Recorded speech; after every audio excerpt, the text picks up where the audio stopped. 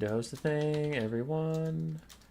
Last ping, but stream time.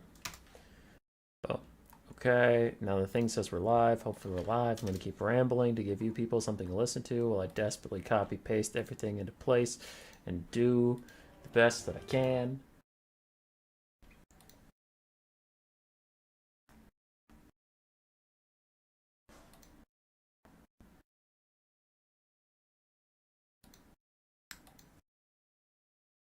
Oh, I get an advertisement instead of a thing. New, spicy baked beans. Is YouTube actually advertising baked beans to me right now? Oh, I get an advertisement instead of... Okay, yeah, Mike sounds good. We're chilling, dude.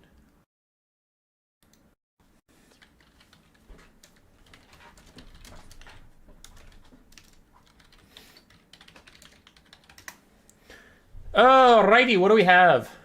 What do we have? Where are the games at? We're starting right now, dude. We're starting right now. So everything has gone to rat shit. The hosting service that hosts my bot is currently a little broken. Because the service that I use to keep the Discord bot online is it transferred over to a different service, so now it's having a bunch of issues and likes to crash. So desperately contacting anyone who knows anything about bots and trying to get that fixed in the middle of the night while also my stream is coming up. So I guess that's just going to stay offline for a little bit. Just a service announcement for anybody on the Discord. But we have a big old tournament. Look at all those matches. That's a lot of matches. Don't worry, they'll go fast. It's best of one, and the armies are predetermined because tonight we have our Conquest Tabletop Tournament. That sounds like a lot. Tabletop Tournament just means you submit your build before the tournament even starts. You probably want a build that you think can handle any army because you have no idea what you're coming into. There's no pick and ban phase. There's no army building phase. You just load up the army you promise to load up, and you get going, right? Double elimination, meaning if you get a bad round one matchup, at least you get a second go at it. We are playing on Conquest mode, so there is no attacking rules or anything like that, just using the army rules, fruit rules, because CA's unit caps are a little fucked. Right, we have 15 people signed up. Let's get into it. I am playing in this one, so I'll cast my own perspective until I get knocked out, and then I'll start casting random replays. Well, not random replays, replays from the event. Okay.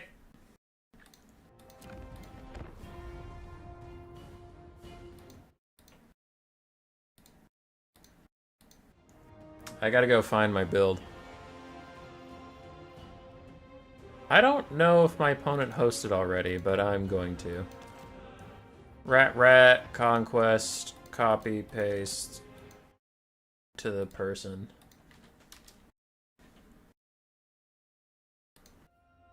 And then my build, if I remember correctly, I had to submit it, so I have to get this right. But I'm pretty sure... Deathmaster, I only cut Slippery, and then I had a Warlock Engineer. I had Mortis Engine, Howling Warpeel, Death Frenzy, Musk of Fear. Then I had 2 Globes, 2 Gutter Runners, both with Poison. Oops, that's 3. 2. I had 2 Wolf Rats. And then I had 4 of these, and then 1 of these and 2 of these. That looks exactly right. Let me pull up the picture I submitted.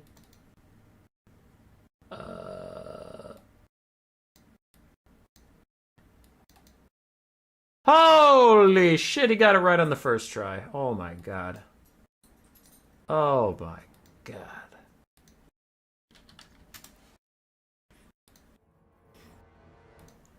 Let's go. Does Conquest Bot affect only quick battles? Yes, it only affects quick battles, and it's supposedly fixed in the next patch, which comes out tomorrow.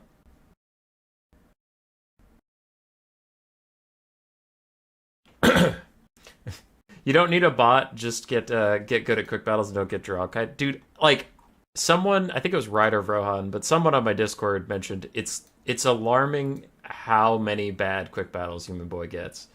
Because on stream, dude, whenever I try to do a quick battle just to fill some time, I get fucked by, like, people just being little shitters and either like corner camping or playing just OP shit like the Thunder Barge or Landship and Steam Tanks, or just draw kiting after they've lost. It sucks. I don't know why I can't get anybody to just be a decent human being on Quick Battle. What up, Potato Salad? We got a good spread of factions. There's 18 people, well, sorry, 15 people signed up, so I'm not going to go through each army. We'll see them as the day progresses, but I know there's like 3 Tomb Kings. We have some Skaven, we have some Tzeentch, we have some Lizardmen, some High Elves, some Dark Elves. So a pretty good spread of factions, except for the 3 Tomb Kings.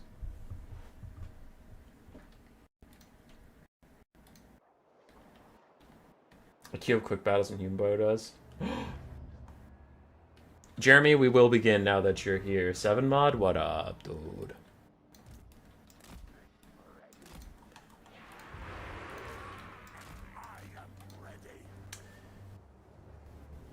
You really do have bad luck? It's all documented. The only quick battles I literally ever play are on stream, and I can confidently say I have had 2 good quick battles in all of Warhammer 3. And if you doubt me, all of them are on stream, so you can go fucking check, but I'm right and I know it. Alright, for my generally balanced build, I did take Deathmaster Snitch for a little bit of fun, just because. If you truly want to know what Skaven build you should just auto-lock and try and win with, if you don't know how to... If you don't know what you, like, how to counterpick, you know, if they're like, I don't know how to play versus Khorne, you probably want Ikit Claw with, like, Flensing Ruin, instead of Snitch. But I was feeling a little spicy, feeling a little fun, so I grabbed Snitch, who isn't bad, and then a Warlock Engineer without Flensing Ruin, which also isn't bad. The thing about Snitch is he's really easily countered if people know they're fighting Skaven. Like, they'll take either Fireball or Spirit Leech or Final Transmutation, and then Snitch can just die instantaneously. But if my opponent had to make an army ahead of time, and they don't know that I'm playing Skaven, they probably won't have the good Lord Sniping tools to deal with Skaven's super low HP pools. So Snitch is more viable because it's less likely they're just ready to dick him.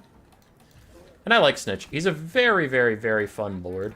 I enjoy him quite a lot. So in tournaments like this, I usually bust him out just because I can finally get to. He's good in a couple matchups here and there, too. They're not matchups Skaven often get, but, you know, he's fine. I brought some dogs in case I'm facing a faction with a lot of archers or whatever. Brought some gutter runners just because they're generally strong. Then brought globes because they're generally strong. So the rest of this build is pretty serious. The only thing is the Warlock Engineer should have Flensing Ruin, and honestly, I shouldn't have taken Snitch, should have taken Ikit. The rest of this is pretty serious. I figured my Lord and Hero and Magic Caster meming is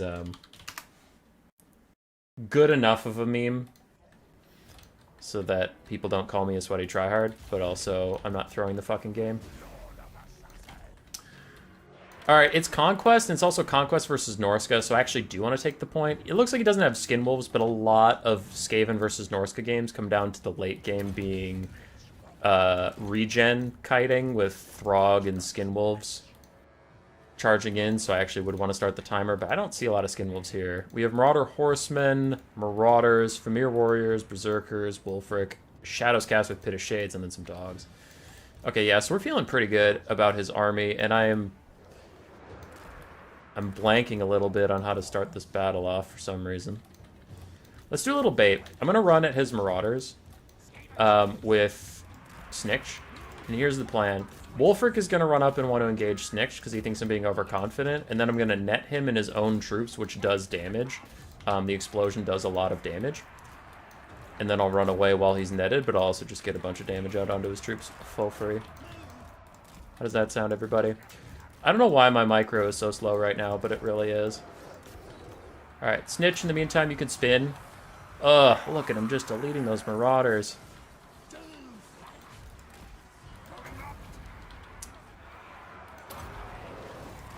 Alright, Snitch, run away. Just got a little bit of damage out. Also hurt some of my clan rats, but pretty whatever. For that. And we are getting flanked by dogs. I'm going to send some rat ogres after them. But I'm also just having a really hard time focusing for some reason. I think I'm mildly distracted by the whole Discord bot stuff, but that's just an excuse. That's cap, and we all know it. But his 3 skirmish cav all piling up with my gutter runners is pretty sick for me. Alright. These globes need to move on to the Mist Stalkers. Take care of those guys for me. My dogs have run off the Beasts of Tashnar. We're also catching the Norscan Ice Wolves. I'm going to keep hitting the Norscan Ice Wolves just because I want to slow them down before he realizes they need to be moving again. Snitch can bail. I'm going to throw a Howling Warp Gale on the floor just to give that army-wide debuff. Ooh, those are Familiar. I don't want my Doom players to fight Familiar. That's armor piercing. I just want the army-wide debuff for now. Globes are caught by Berserkers. They're kind of fucked on that aspect. Wolfrick's fighting me. I do have Hunter Champions down. Alright, I should run. I'm not microing particularly well, which is cringe. I left my Doomflayers out here. Why? Stop it. Holy, he's cringe!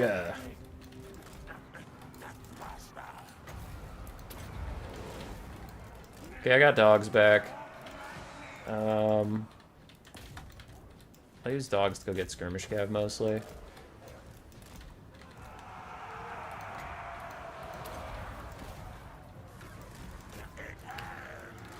Alright, we got our globes back. We can maybe get those from here. Oh, the Mist Stalkers are still on me. Got it. I'm gonna have to use gutter runners as melee infantry. Spin! Yes! Damage! I somehow ended up in combat with the Familiar again because I'm stupid and really bad at micro right now. Oh my god, why am I so bad at micro right now? Kill those fucking dogs. Another Howling Warp Gale just for the fun of it. Get some spears back.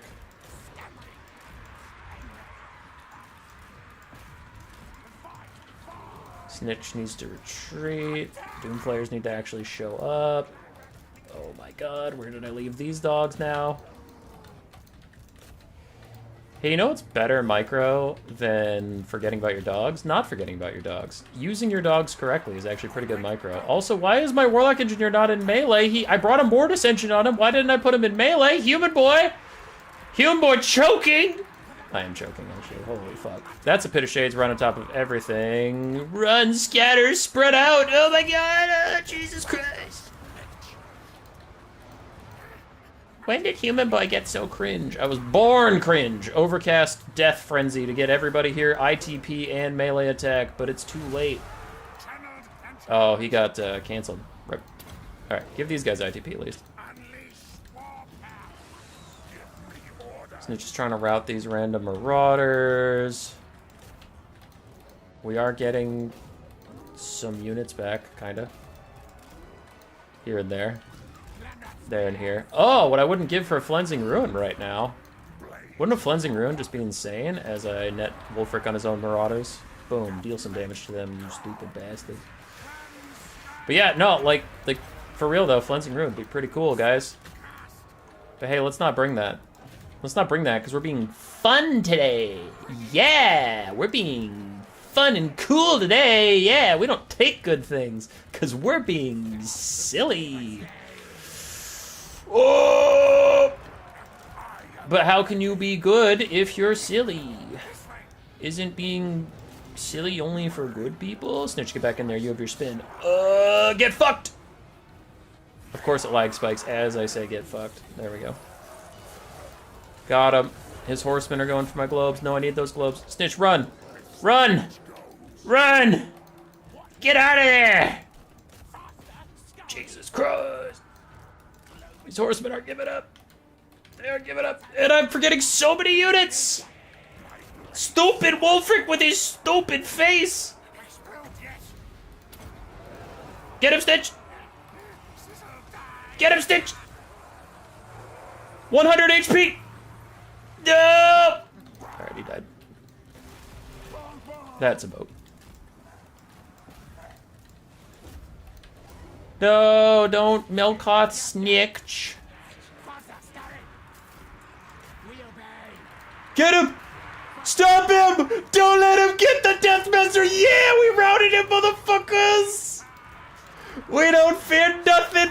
And by nothing, I mean we fear a lot of things like losing our lord.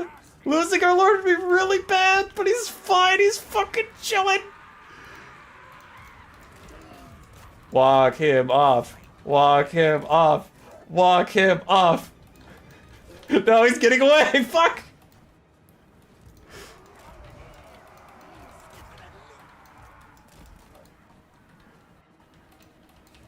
Alright, we're chilling, we're chilling, we're chilling, we're chilling.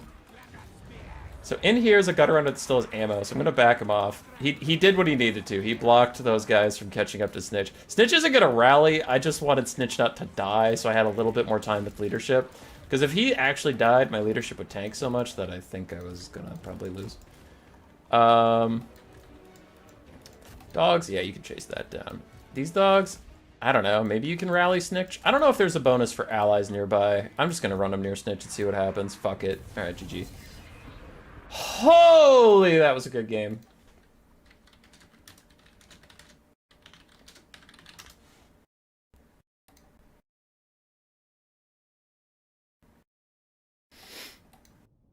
Damn, well played to Nevermore. That was actually super close. If he had managed to kill Snitch there, I actually think he could have rallied and won the whole game.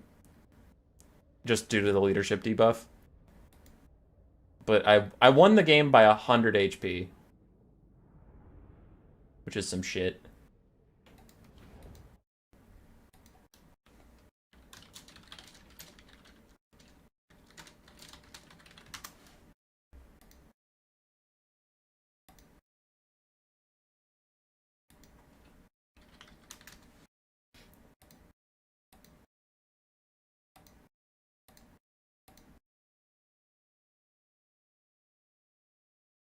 Okay, I advance, but the people who are gonna face me need a second. So I'm gonna hit up Ryder real quick. The people that are fighting to face me right now had a game crash, so they're restarting. I'm gonna see if we can spectate a game real quick.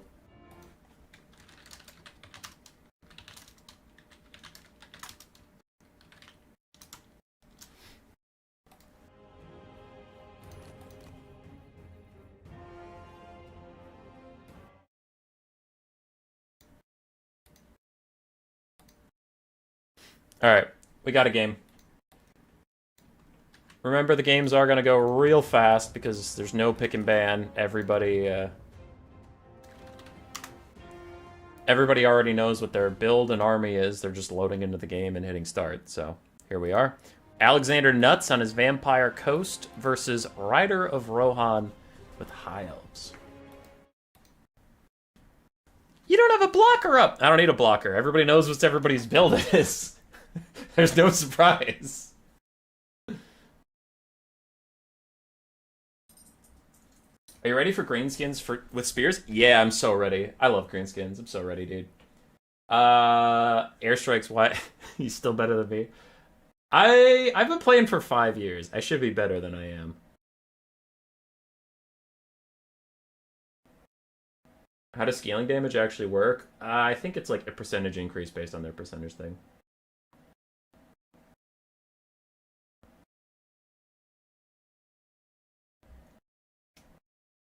Breaks the wolf rats instead. Yeah. No, I haven't gotten to play as much recently because I've been busy in real life, so then I'm just making content and casting on games. I had a best of 5 with Pigman today that was really sweaty and really intense. And I was microing like pretty solidly, because I ended up winning that one. It went all 5 games. But I don't know. I was still making more mistakes than I wanted to be. And then playing that one right there, I made a lot more mistakes than I was even making this morning, so... Yeah, I'm washed. I'm washed and we gotta improve it. Alright, for the High Elf build and for the Vampire Coast build, now another disclaimer, just in case you have forgotten. These are not builds that were built against each other. This Vampire Coast build was not built to counter High Elves, so if you are taking notes, this is not a build to counter High Elves. This is not a build to counter Vampire Coast. These are builds these players just took to fight anyone. So for the High Elves, we have Silver Helms, Lyran Reavers, White Lions, including the Pure Main Company. We have a Metalcast with Plague of Rust, Techless with Flock of Doom and Net, and then 4 Shadow Walkers on the front line. What up, McRightface? On the other side, we have zombie pirate deckhands mobs, a lot of them. Double depth guard, pistol mobs, some handguns mixed in, and then we have double Necrofex Colossus. One is the Gallows Giant ROR with the flamethrower, the other is Count Noctilus with Melkoth's, his summon, Invocation Hack. And if anyone cares, how come you didn't stream the best of 5? Because I was homesick today and I didn't feel like it. Sipa streamed it. You can look on our Discord in the community videos and you'll see Sipa's stream. I also don't like streaming when I'm tryharding because I want to focus. I don't want to focus on trying to be entertaining or making funny commentary. I just wanted to, like, really focus down on it. Because it was part of a tournament, so, yeah. I made it to finals, though, so we'll see who I fight. We do have some early skirmishing going on here with Noctilus and the Gallows Giant getting some shots off before we focus too much on the game. If you have any ideas for fun streams, be sure to hit me up in the comments. I do read the comments, even if I don't respond to too many of them. This tournament idea was actually from someone in the live streams. He said, you haven't done one of those in a while and you should. And I was like, you know what? You're right. So, you can affect the content we do here on the channel if you're vocal and annoying enough. Alright, Shadow Walkers are murdering the Gallows Giant! Oh my god, that volley did, like, legitimately 4,000 HP. Maybe 5,000. Wow! Alright, he is running for the hills. Meanwhile, the Vampire Coast is still moving up. Pistol mobs harassing some of the earlier Reavers, forcing them back, while Scurvy Dogs also push up. And Noctilus gets a Wraithstorm out onto a cluster of Silver Helms and Shadow Walkers. Looks like he's trying to get a bit of 2-for-1 damage.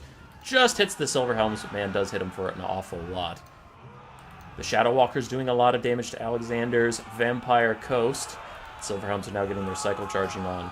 No Lamprey's Revenge, no Animated Hulks, no mass of any kind on this Vampire Coast build. Will make it hard to stop the cavalry from doing whatever they wish. It'll be on the handguns and the pistol mobs to stop those cav from just running back and forth by shooting them the whole time. But the map has a giant fuck-off hill in the middle of it, making it very hard for the Vampire Coast to get lines of sight. Honestly, the High Elf build looking well-suited to deal with these Vampire Coast, and the map also making it extra hard for the Coast to get what they want done. You should do a bingo stream again? Captain Teals? That has been a while! You're right, that was fun. Do summon units take the point? I don't think they do.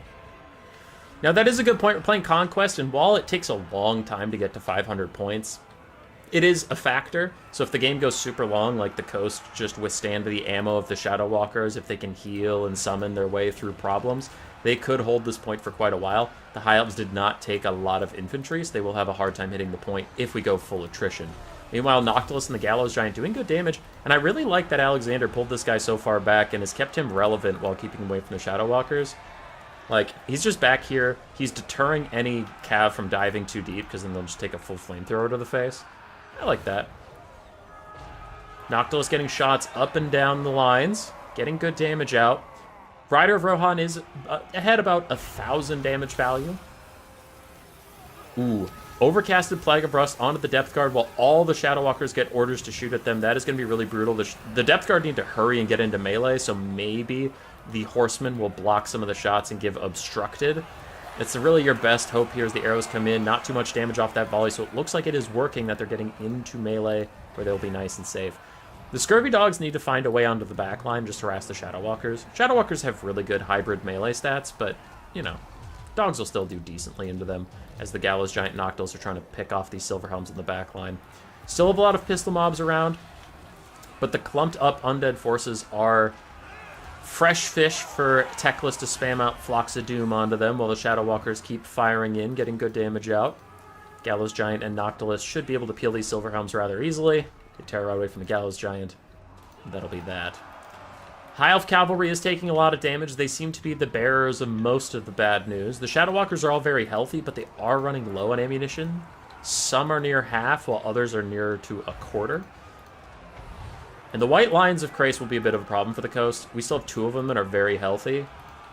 And you can talk a good game about just weathering the storm of the Shadow Walkers, but if in the late game we have 2 healthy White Lions of Krace walking towards that point, you ain't going to win that. But the Gallows Giant is back to full HP as he gets a sideways shot down the White Lions. It takes a quarter of their HP off in one volley. Very nicely angled there as Noctilus is firing away. And Alexander is really trying to stay in this game. Still about 1,000 down on damage value, but I mean, he's healed so much of it. How much did it even really count? There is a blast from the Gallows Giant into the White Lions of Krace. They're going to terror out if they get into combat with that Gallows Giant, especially being flanked by a summon. Just having an enemy behind you will largely do that. But the Hives are still closing in. Shadow Walkers are still getting good shots off. Now on to Plague of Rusted Noctilus. 15 armor for him as he's running away and taking those arrows. A lot of damage in, and the Hives are moving closer and closer to the point. Only some pistol mobs there to hold it. All of the Depth Guard are dead. We have some summons trying to hold here and there. But now I do worry. Noctilus is famously terrible at clearing out lots of infantry, so maybe even Shadow Walkers could take the point in the late game. And the late game is still pretty far off. Still 340 tickets left to go before that's even a win condition.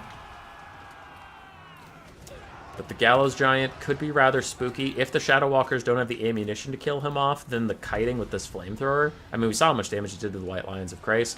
It's not like they're invulnerable. In comes a Wraith Storm on a clustered up White Line. Could actually do a lot of damage as the splash will affect a lot of models. Yeah, that is really nice. Both sides are attritioning out pretty bad. Who will win? The double peg leg Colossi or the out of ammo Shadow Walkers? That's looking like what it's going to come down to. Still have some Cav, but I think Noctilus and the Gallows Giant can handle Cav okay. What's a bingo stream? A bingo stream is what happens when I have way too many replays to cast and not enough time to cast them. So then I grab them all, I make a bingo sheet of unlikely things to happen, and I just cast replays as fast as I can until I get a bingo. So some of the bingo cards are like Grom the Paunch appears, because Greenskins haven't used Grom in fucking forever. Or like double Rogue Idol wins a game, Slanesh doesn't take Rampage. Things that are like unlikely, but not impossible.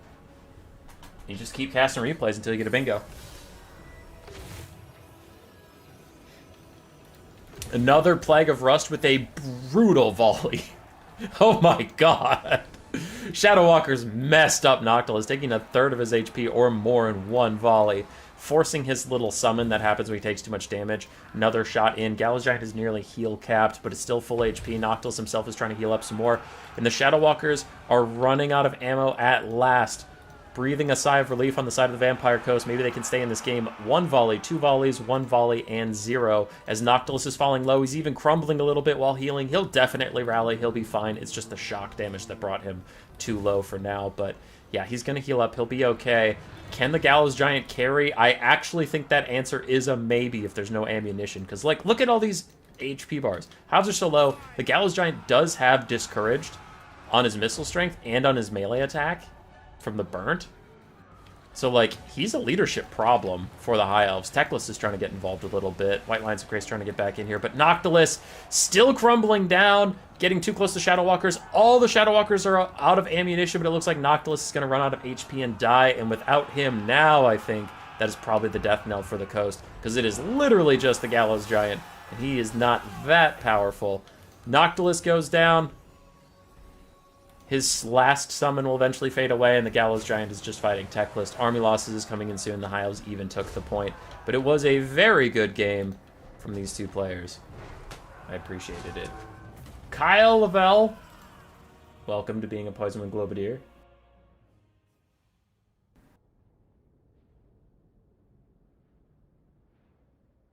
Shiggy Diggy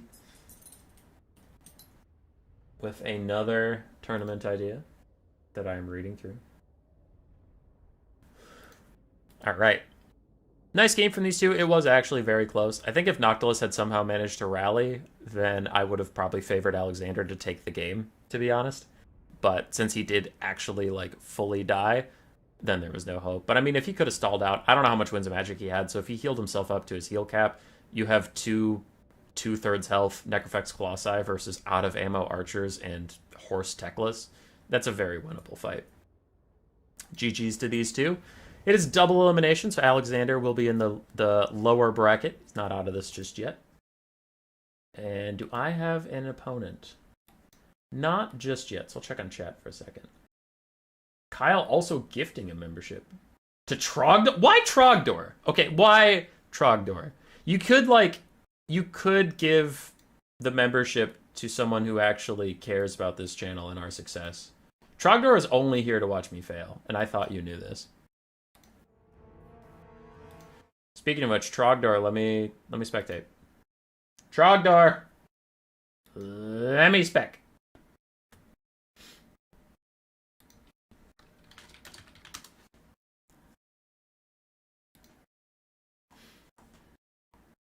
As I am busy slandering your name, I also demand that you provide content for me for free.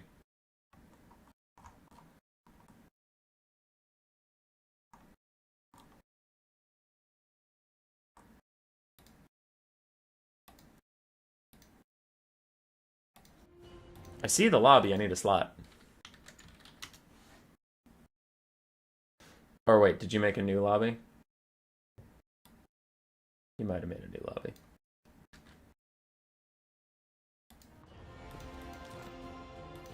No, it's the right one. I just need a spectator slot.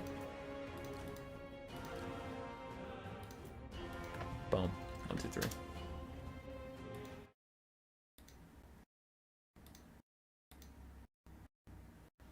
I bring 2 casters just to have enough. Oh, he just wanted different spells, different spell options.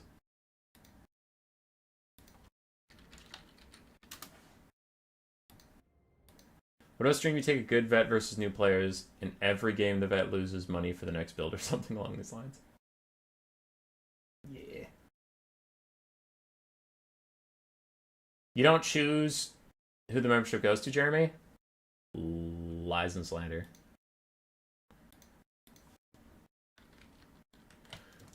Alright, I'm gonna grab a beverage. BRB. In cars, if you're in the chat, I'm receiving your replays, and I'll cast them if I ever get into an awkward spot. But so far, we've had pretty easy transition into live games. I'm like, well, might as well catch the live games. Alright, Black Knight will be here in a second. BRB.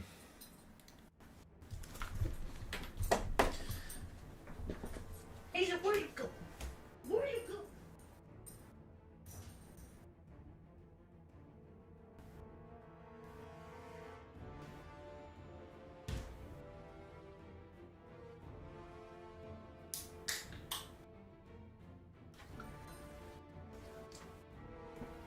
I'm back.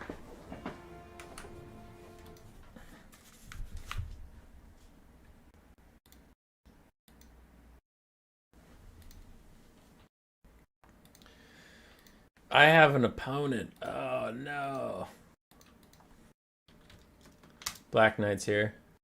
We're already here. Black Knight's here. He's going to load up his build quick, so we'll get into game pretty fast. I'll just tell my opponent, can you have a lobby?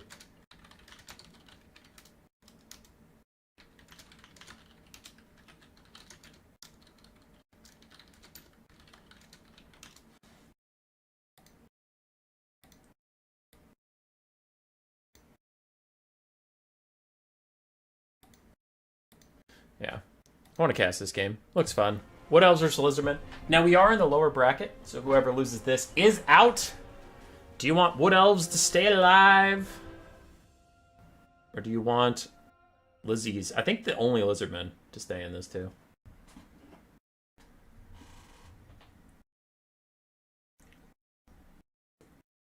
Is your beverage fizzy? Yeah, it's a grapefruit sparkling water.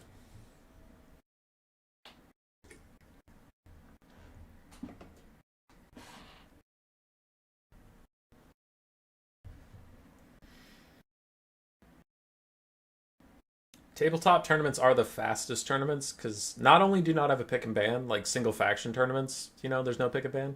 There's also literally no build phase. Like, at least with the single faction tournament, when you match up against a different faction, you're like, okay, well, what do I do here? It's like, no, you just send it with what you got.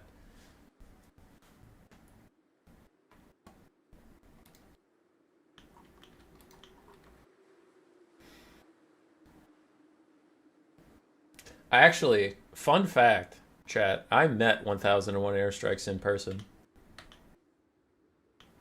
It's true. It was Saturday. I was at a convention trying to sell board games, failing miserably. When out of the mists, he approached my table and he said, "Hello, your board game looks like shit.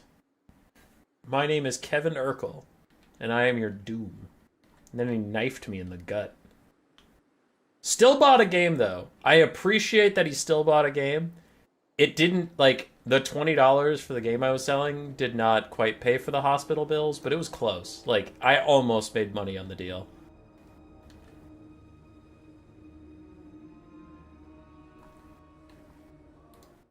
Golden Floof, you may have memed too close to the sun. Nah, dude, nah. You can never meme too close. Double Cygor is a hell of a way to go, though. Did you sell the last 2 to 3 games Sunday? No. So here's what happened. So I woke up Sunday and I was like, huh. My stomach, I have an unread message from my stomach. And my stomach was like, hey, bro, you want to throw up? And I was like, oh, no, that's okay. Not really. And my stomach's like, hey, bitch, I wasn't asking. So I was like, oh, okay, cool. We're going to go throw up now. That's awesome. And then I didn't. But, like, being nauseous makes me really anxious. And I have panic disorder syndrome, which is a very fancy way of just saying, like, I get panic attacks sometimes. Usually if I'm about to fly. So I have some Xanax that I take before I fly. Because you're like, okay, I know I'm probably going to freak out. So take some Xanax, don't freak out, fly on the plane. Well, waking up at like 3 in the morning and your stomach's like, let's go puke! Like, that's not something I could prepare for. So I wasn't ready for it. So then, like, when I get panic attacks, it feels like my chest is getting really tight. And, like, that's annoying and awful. So you're just like, great. So you're telling yourself, you're just sitting there, and I'm, like, really annoyed. I'm just like, you're not having a heart attack. But it feels like you're having a heart attack. But you're like, I'm not having a heart attack. It's just a panic attack. I've had several. So I'm sitting by the toilet, waiting to see if I'm going to puke or not, as my chest is, like, tightening a bunch. And I'm like, this is great. So I was up from 3 to 5 with that. Then it faded enough that I could go to bed. Woke back up at 8. And then I had to go to at 10 to tell people about this board game. And I was just like, I'm not feeling it right now. So I just went home. I was like, I'm not going to talk to people for 6 hours when I feel like shit. And that's why I was homesick from work today, as I woke up and I was like, I'm still having some, like, aftershocks again sounds so intense, but some, like, just kind of nausea and generally feeling anxious and fucked up. But I'm like, I'm not going to work today, dude. This is fucked.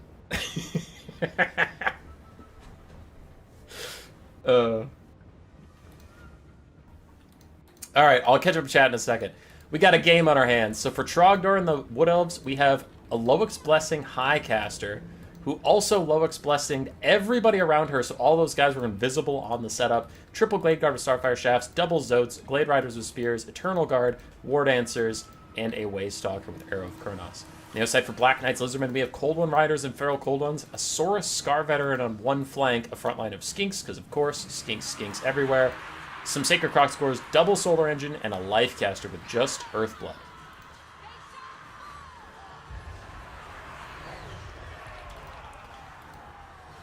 Wood Elves are moving into position. Their War Dancers are far superior than the Skinks, but the Skinks outnumber them like 7 to 1 in model count, considering all of the Skinks versus 3 War Dancers. So the War Dancers have their work cut out for them, but they will kill a lot of Skinks on the way out the door while Eternal Guard try and get in position.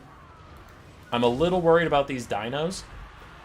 Don't know what's going to be able to get to them just yet as we get a Soul Quench down the line of these King cohorts that were already retreating. They were already retreating! Just let them go! As the Cav fight gets engaged, the Cold One Riders should be able to win this versus basic Blade Guard, but we do have Spears and Zotes coming over, so this is going to get really bad for Lizardmen very quickly if they don't bail out here. As we get a nice banishment down the middle line. If we have good RNG, it goes down the line either direction. If we have bad RNG, it goes outside the line. But for now, it is doing a great job really massacring that one specific Blade Guard as the War Dancers do what they promised and they beat up some Skinks, but at what cost is they're just getting darted in the face the entire time. Yeah, that banishment was very lucky. It went down 2 different Starfire Shafts and killed both of them almost from full.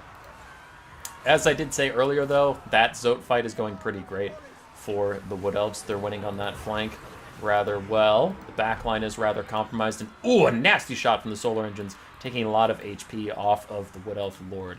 I don't know if she has Apotheosis. Yes, she does. She has Apotheosis. She's fine.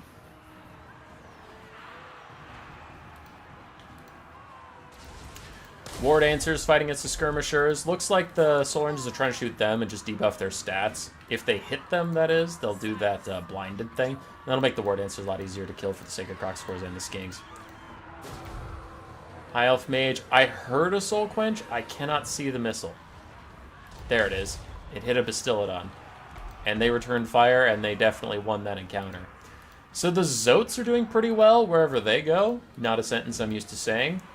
But overall, the Wood Elves are just suffering a lot of attrition. Their archers, 2 out of 3 of them are massacred. The War Dancers are all super low on HP and getting beat up by Crocscores right now. Their Lord is super low as she gets like triple hit by these 2 solar engines. And I guess we've gotten some damage out onto the Slann. But there's still a lot of cold ones left. The Bastiladons, the Slann are fine. For the Lizardmen, they just lost a lot of Skinks, but like that was the plan. You bought the Skink saying, these will die really nice.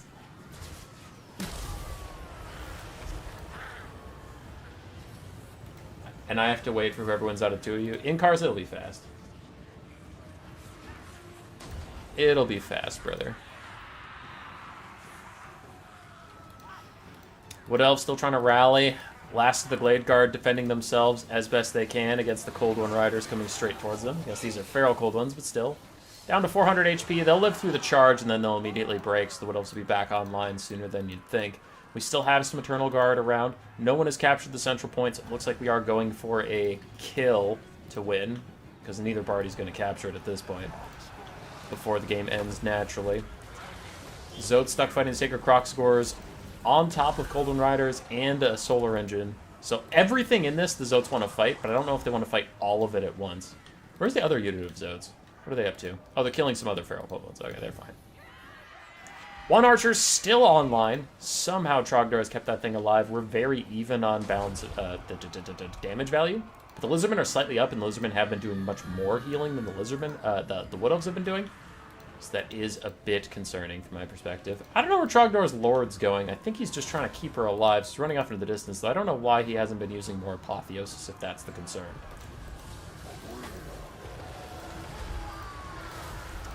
Earthblood is out for some of the Sacred Crocscores who took some damage. Waystalker and the Wood Elves do start ticking down that Conquest point now. It looks like the Waystalker's been shooting the Slann all game. I was wondering where that Slann's HP was going. No, it must not be the Waystalker. It must also be the Eternal Guard. And he is getting rather low, I'll give him that. The second healthier Zote is back in the fight. Half HP on them as they are trying to get the Bastiladons.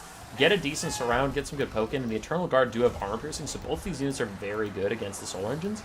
But Solar Engines are absurdly tanky. Bastiladons in general are much more tanky than they have any right to be.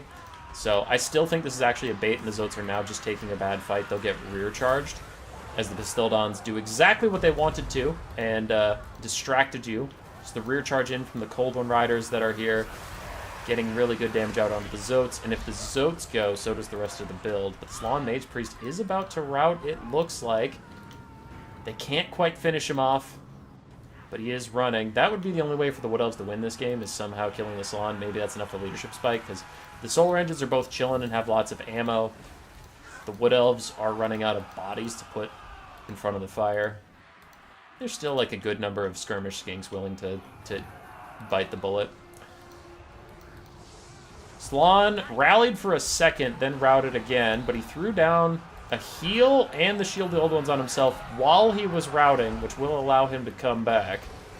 Meanwhile, the Zotes somehow hanging on. I guess they're fighting on their own spear support. For some reason, my brain was telling me there were skinks all over the place. I think it was just the number of Lizardmen flags confused me into thinking that the skinks were supporting. But yeah, fighting on top of your own spears is actually huge here for the Zotes staying in it. So never mind. Maybe the Zotes will do it. Another Soul Quench hits the Slann. And remember, if he routes one more time, he just shatters.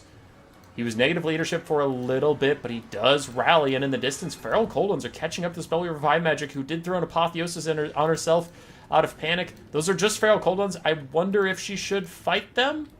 Looks like they're going to rout naturally. She is very happy for that, but the Slann is still barely alive, and Loic's Blessing is out to make her invisible yet again. A rear charge in from the Waystalker should rout the Skinks and save the Glade Guard. 4 ammo left on them, 10 on their brethren. Still a lot of models out of 90, so actually a lot of damage left for those guys. But the Loic's Blessing caster is running in. Slann got an Earthblood, try to keep him into the fight. Sacred Crocscore is going to rear charge the spell Revive, but she dips out as soon as she gets in there. Matrix moves to try and get out of this one. And I think the balance of power is being a little too generous to Lisbon right now, as our damage value has almost equated entirely. Zotes are coming out to do battle, and Skinks with their little darts trying to poke away the Zotes, poisoning them down, lowering their leadership. They might have wanted to back off and get some healing from this Lady Apotheosis when it comes off cooldown, but it doesn't look like they're going to. In fact, they're just going to get massacred by these little dart Skinks, man. A lot of shattering and routing Lizardman as the Sora Scar Veteran gets into battle with the Waystalker, while Blade Guards shoot their armor-piercing arrows into Solar Engines, who have seen better days, but they are still going to cause terror. They're still going to rout off these Wood Elf archers. And meanwhile, the Zotes are taken out. Not Apotheosis. A Soul Quench that was definitely going for the Slann hit some Sacred Croxors who happened to be in the way, and now the Wood Elves are running out of stopping powder in a very close, very down-to-the-wire game. Unfortunately, those Skinks just massacring the Zotes on the far end, and the Slann being able to come back and throw some more heals on himself is too problematic, is too strong, and the Wood Elves are pushed off at last.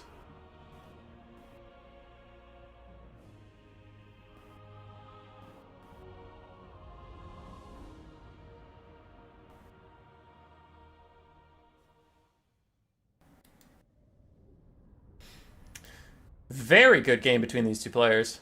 A lot of good games tonight overall. I won't spend too long on the values, as I have been informed. My opponent's waiting for me, but my opponent after my opponent is also waiting for me, so I will not hold up the tournament any further. Very good game between these two, but I must go. My people need me.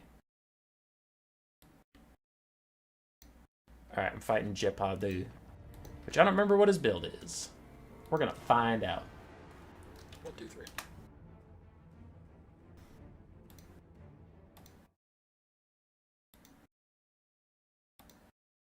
Okay, Dark Elves, cool. Skaven build, remembered. Nice.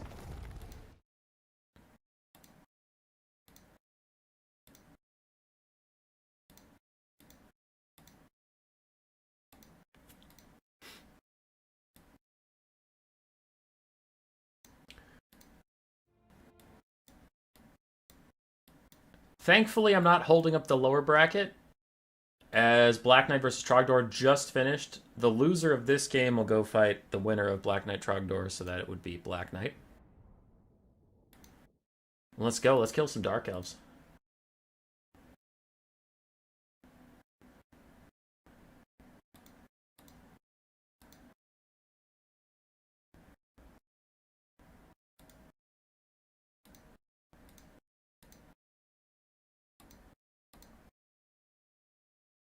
Hey, fuck you.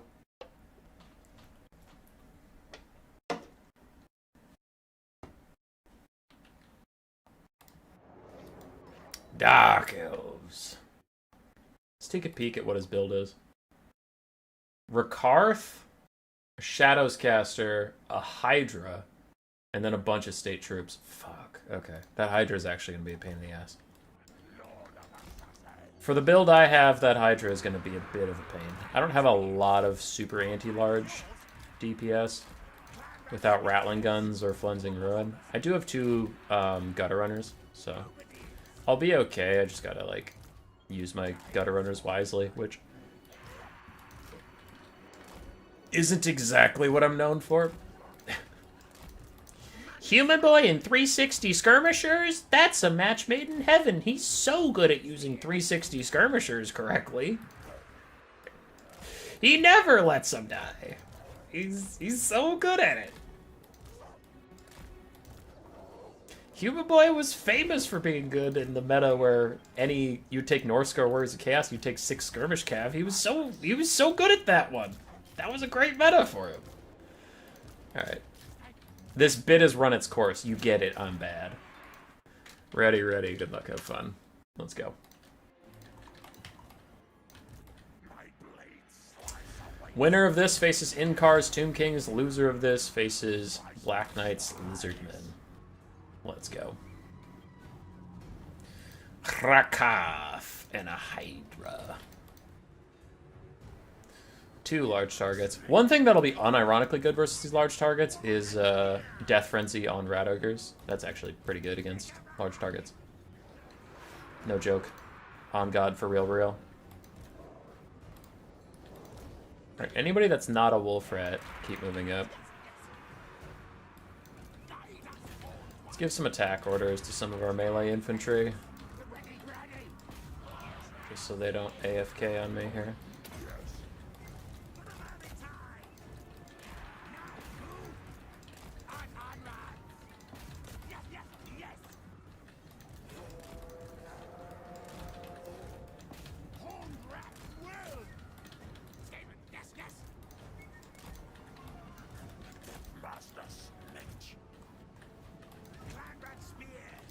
Okay.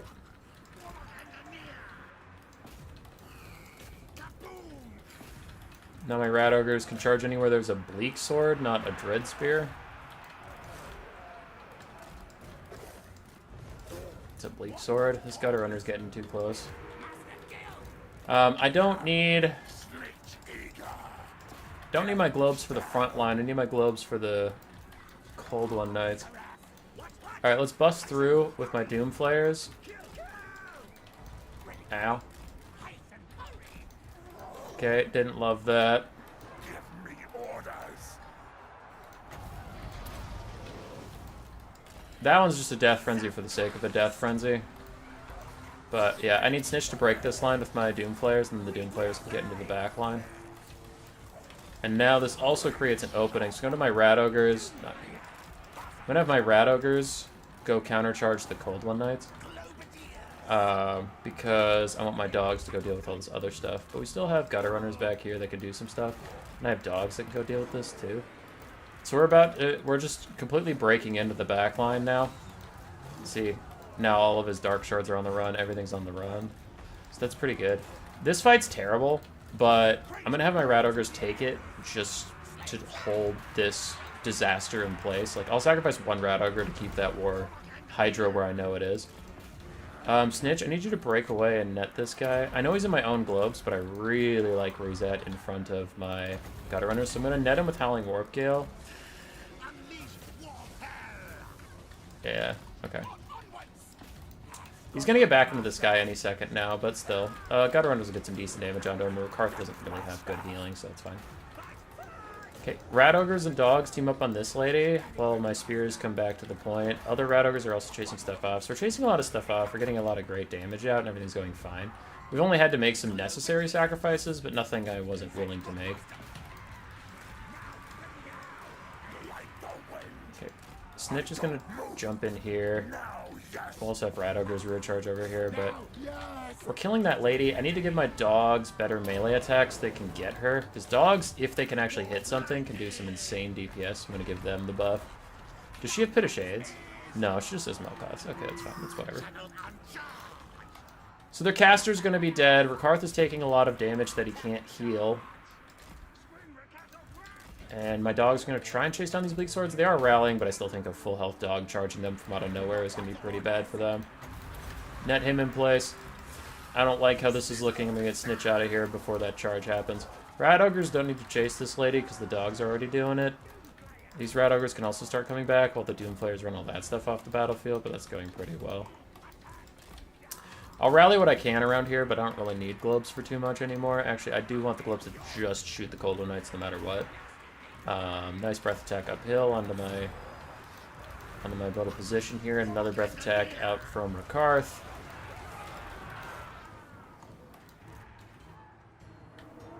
Okay, those Cold Knights are taking forever to get off the battlefield, and Dark Riders even rallied in their absence. That's a little bit annoying.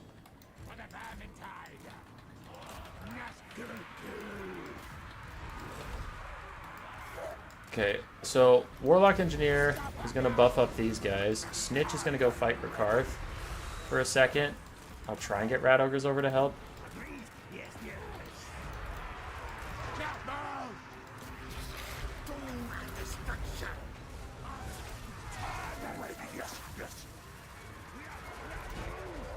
Hey, I like how he's moving right now, even though he's supposedly netted. That's really cool.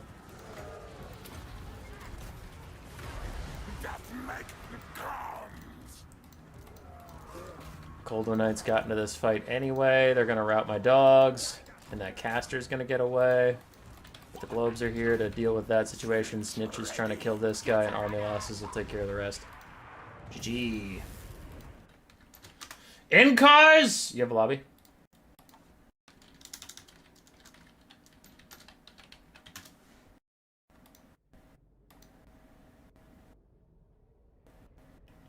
Every single game is just 20 minutes of gutter runner kite from human boy. Oh yeah, dude, I'm so good with gutter runners. So fantastically amazing at kiting. It's all I do. It's all I do. All right, we gotta go fight in cars.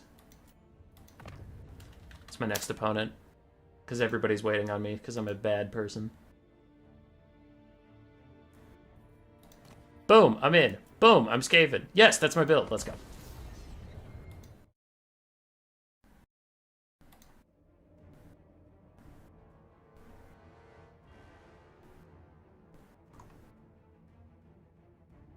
I didn't realize double targetable net was legal. It probably isn't.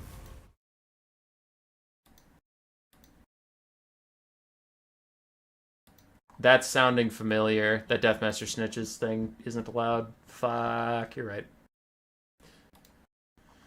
Alright.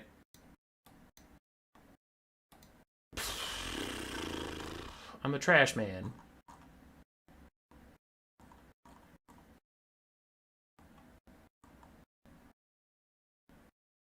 Yeah, you're right. Double net's not allowed. That's just me being stupid.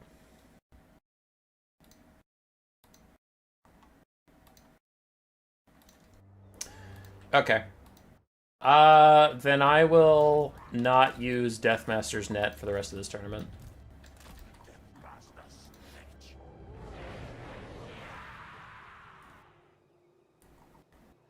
Yeah, I just won't use Deathmaster's sigil for the rest of the tournament. That's my fault.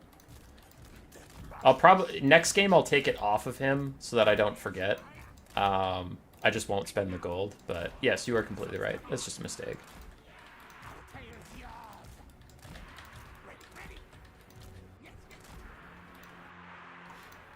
This map sucks. Hey, you suck! I'm sorry. That was aggressive. But also, you suck. This map's great. It's my favorite map in the whole game. Alright, you know the build. It's literally the same build. I've heard a lot about this in-cars build, however. It has Cetra on a kitty cat and a Necrosphinx. The ROR Necrosphinx. Which he is alleging is overpowered, and apparently people are disagreeing with him, so now I have to deal with this, I guess.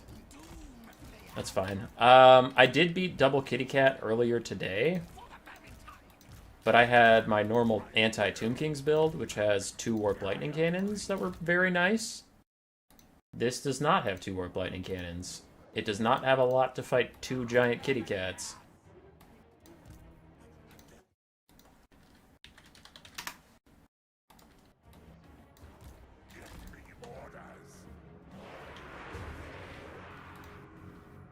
Sigil is better than Warp Gale. I like Warp Gale because I use it a lot to spam Musk of Fear. Whereas this is a lot more situational.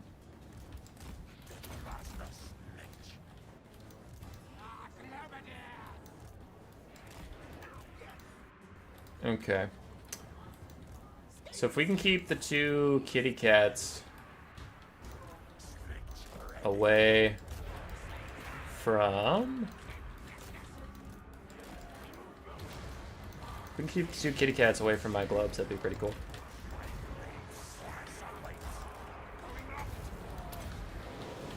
Did I just Death Frenzy the Skaven Slaves? That's a misclick. Fuck. Okay, whatever.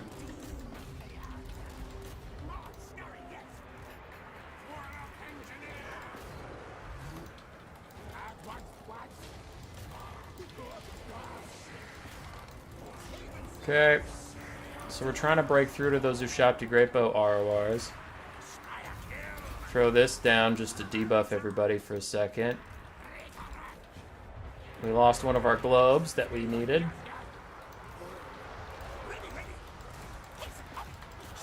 Path through.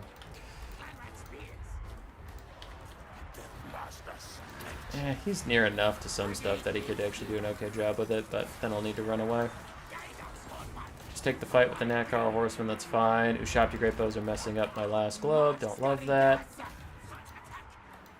See Skeleton Spearmen are taking a lot of damage. We have gotten the Dwarf Thing Menace back there a little bit.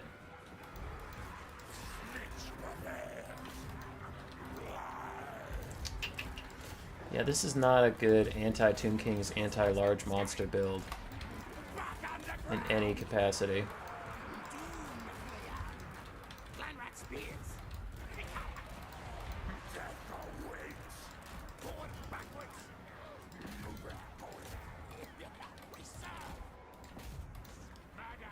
Okay, we got some gloves back, which I really could use.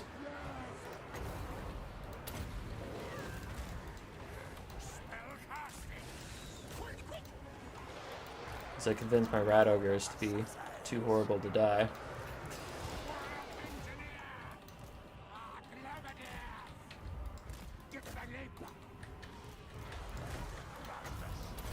Just throwing out Howling Warp Gills for the army passive.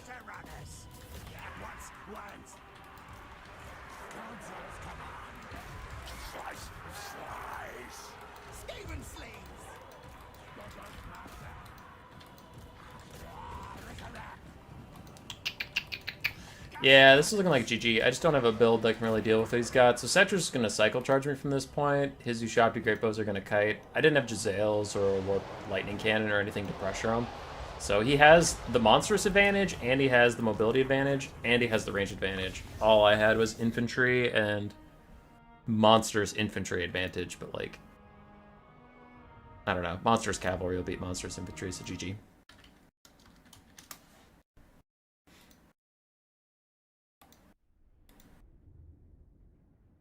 That'll happen in a single build tournament. It's okay. It's okay. I'm not sad. I'm just happy for the times we had. Okay. I'm getting a lot of replays from people that I apparently haven't been saving to the right place. Where have I been saving them? They're all on my desktop. Great. That's fine. That's a pretty easy fix. Boom. So let's cast some replays from some people while we wait for people to catch up with us. These are all from this tournament. We have Incars, who just fought me, versus the Gentle Rat.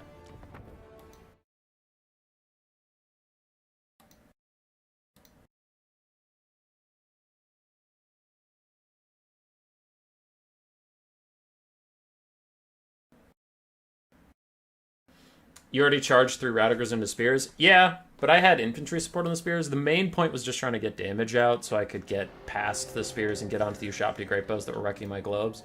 Because the win condition I was trying to go for was free up the globes from the Ushabti Great Bows so that the globes could throw at the Necropolis Knights, and then use Rat Ogres and Snitch to try and peel the cats away from the globes. I peeled the cats away just fine. That went fine for me. The problem is I couldn't shut down the Ushabti Great Bows, so they killed and shattered both globes before I ever really got to use them. So, yeah, it's just rough. All right, in Cars' build, we literally just saw it versus me. Nakar Horsemen, Necropolis Knights, etc., another kitty cat, Chosen the Gods, Frontline of Skeletons. We have not seen the Tzeentch build yet today. Centaur's Tzeentch, Metalcaster with Skull of Catan plus Final Trans combo, Chaos Lord of Tzeentch with the Golden Griffin of Theurgy, Sour Guts, Chromatic Abominations, a bunch of other blue horrors, some screamers here and there, and that is it. Tomb King's running up. Their infantry should win in melee versus these blue horrors, especially with Cetra support. This is going to go diving through. With the Necropolis Knights, a lot of good backline dive. Ooh, the Sphinx of Usef is going to make this Golden Griffin pay. So good backline defender for the Chosen of the Gods. Slices through that entire barrier, and the Golden Griffin is already heading for the hills. But some Nehekara horsemen are not enjoying their time with the Centaurs of Tzeentch, so Tzeentch definitely has a couple things going in their favor. Syrian's Incantation of Vengeance onto the Centaurs of Tzeentch, but they get a brutal charge on the Necropolis Knights, trading way up in value there on that charge. It's starting to get a little worse for them as the fight goes on, especially with Cetra joining. It looks like they're going to rout, but Screamers are here to support as well. We have a very close fight so far in the early game in our hands. Tzeentch is a little up in balance of power, and I would tend to agree. Why did I just get pinged?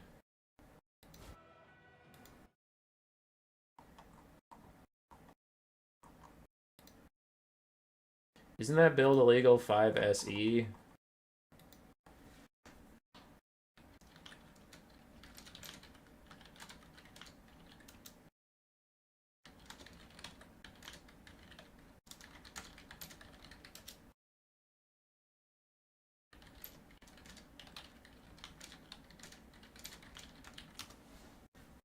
Alright, sorry.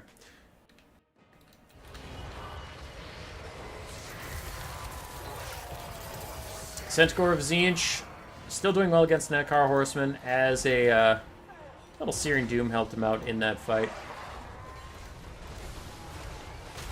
But Cetra and the big kitty cat terror-outing off a lot of stuff.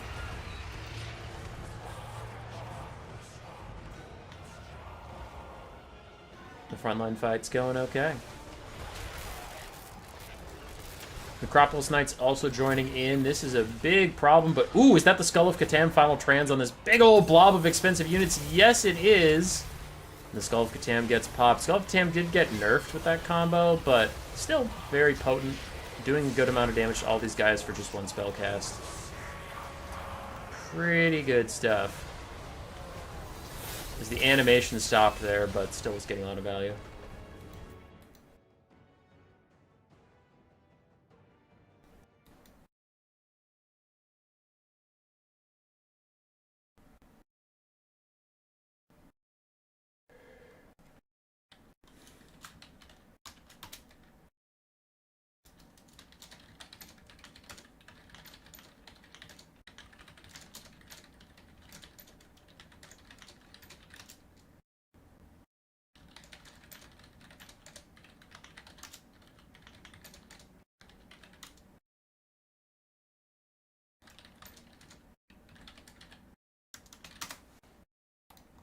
Alright, sorry. Dealing with some issues.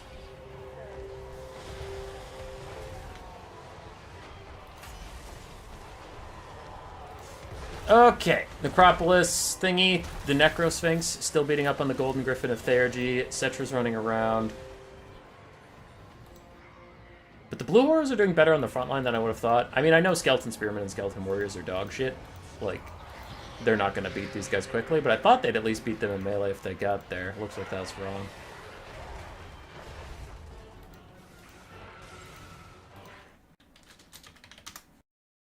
Okay.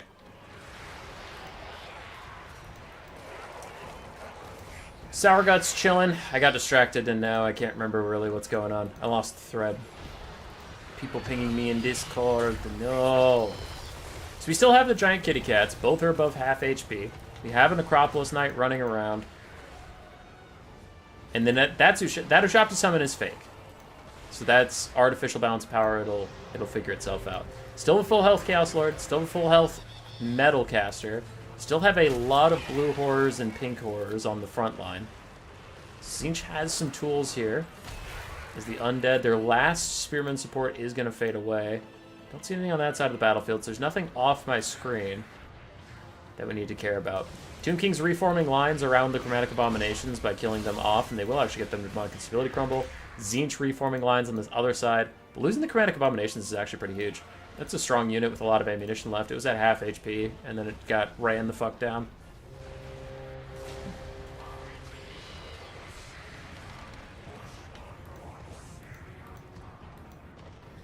Chaos Lord's coming over. It is the two kitty cats and a very wounded Necropolis Knight. But with the Centaurs of Tzeentch super wounded / just routing off their own volition, we only have a Screamer to really provide any armor-piercing solid damage. I guess the Golden Griffin has some. Chaos Lord obviously has some, but he's just one halberd man.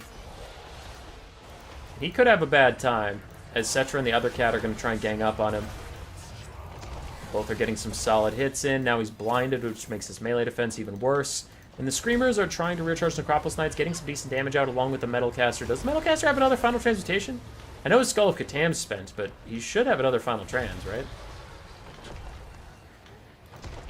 It's the only spell he brought, so he definitely has one, as the Necropolis Knights are getting close to crumbling, but the Golden Griffin is dead, the Blue Horrors are dead, the Screamers aren't looking so hot either. I wonder where his other ones have gone.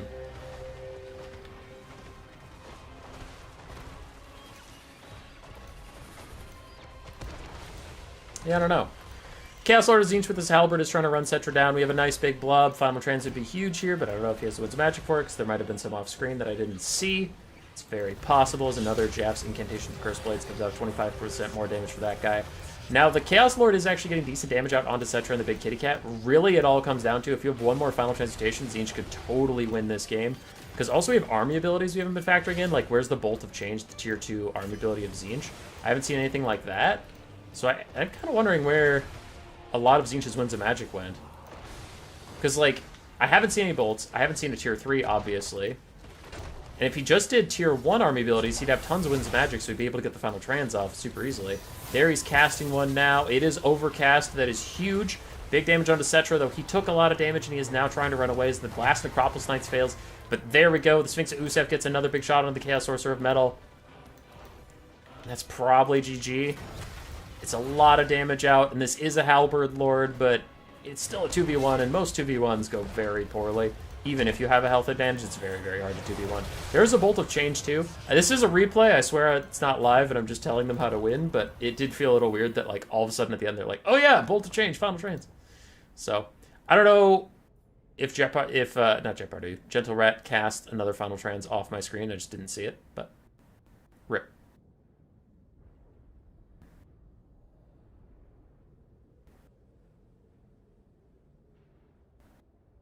Final Transcaster, 3,700 value off of 2 Final Trans that I saw.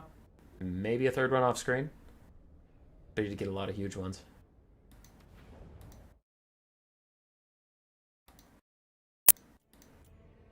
Okay. So that was Tomb Kings. We could watch Tomb Kings versus Tomb Kings, but that is a lot of kitty cats. So, skip. Now we get to watch Jeopardy versus Golden Floof. Golden Floof's beloved double Cygor monstrosity. We saw Jeopardy previously. He fought my Escaprinos.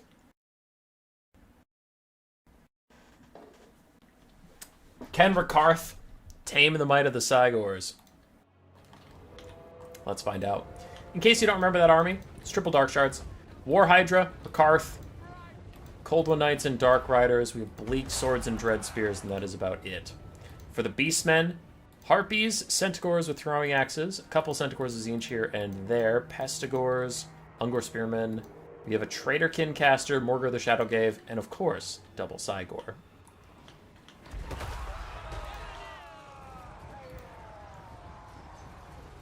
Alright, Rakarth is running out into the Throwing Axes.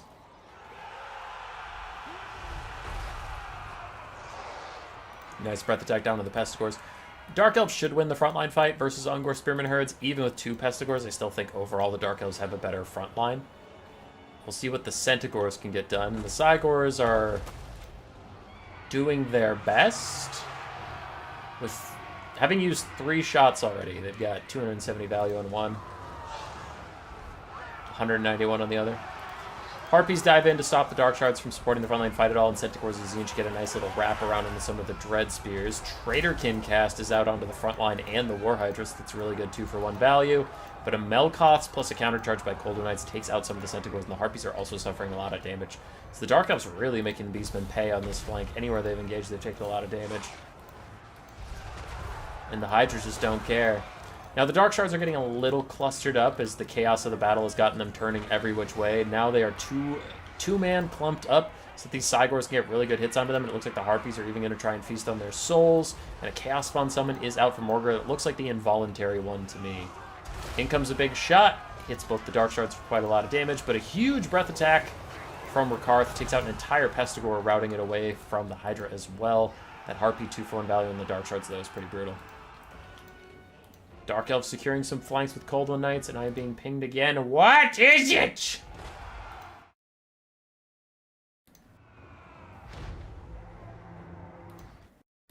Okay.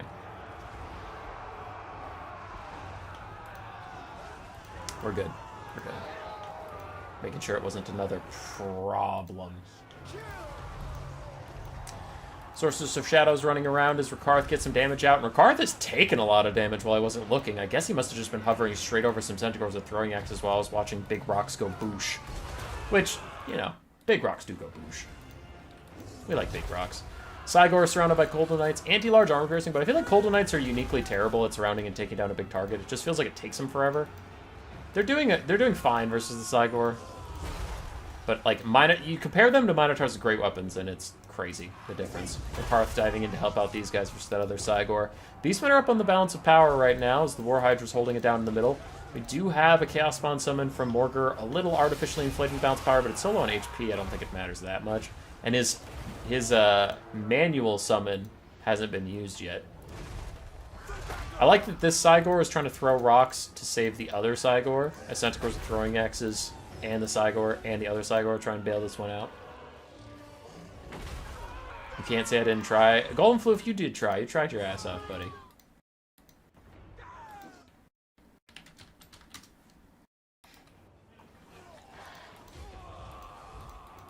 Golden Knights took an awful lot of damage killing this Cygor, but kill it they shall.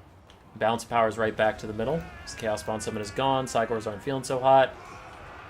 Except for that one that actually got a pretty good rock throw out. And I think that is the other summon from Morgr popping in to rear charge some Bleak Swords.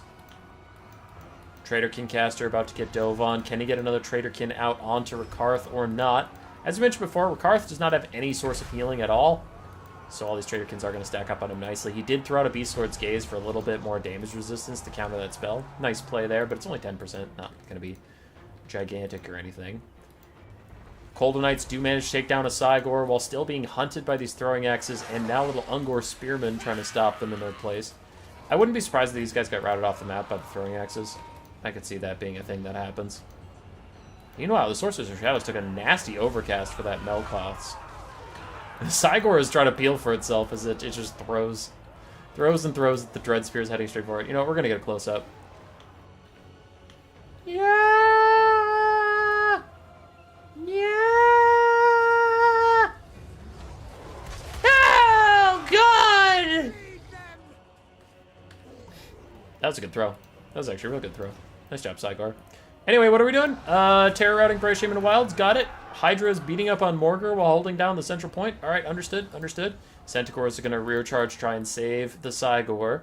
Operation Save the Cygor is in full effect as Centaur's throwing axes peeled away from Rakarth. He only has 2,300 HP. We still have a Traderkin caster who could get a couple more shots out onto him. And look at that, the Hydra's almost heal capped as another overcast plagues the Sorcerers of Shadows. I wonder what she was even overcasting for this time, but whatever it was, it had to hurt. As Morgr continues to fight the Hydra, the main problem is he's fighting alone, and in comes Rakarth with a big old charge. We know dragons, ever since their updates last fall, like over a year ago, 2 years ago, I don't remember. Dragons are one of the best things in the game at hitting foot characters ever since that update that made them meta once again. So Morgr is usually unkillable and unstoppable, but Rakarth is actually pretty good at hitting him if he puts his mind to it. But he takes a big Traderkin while getting those shots out. Bounce of power is tipping wildly between either Dark Elf favored or even. It just keeps going back and forth, But the Traderkin caster getting taken out, with Morgr getting very low. I don't think there's a lot left to deal with Rakarth. Only 1,700 HP, but it's 1,700 more than most of the other guys got, while the Cygor is moving in to throw rocks at point-blank range. Gets a big shot onto Rakarth. Actually takes 300 HP off of him. Now Morgr is routing. Morgr takes a big hit from the Hydra and from Rakarth, and another one from Rakarth. I told you, he's so good at killing foot characters now. Morgr's trying to regen up, trying to be okay as the Hydra keeps healing. There's still a lot of Bleak Swords, and there's only a Cygor to stop it. As Morgr gets recharged by Rakarth again.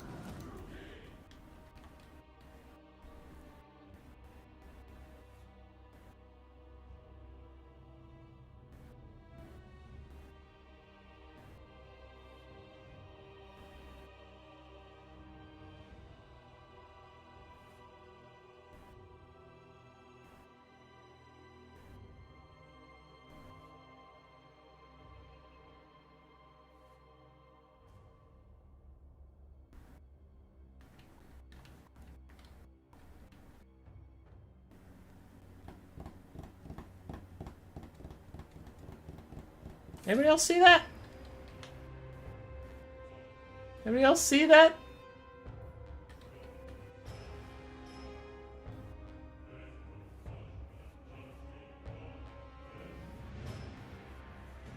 Okay.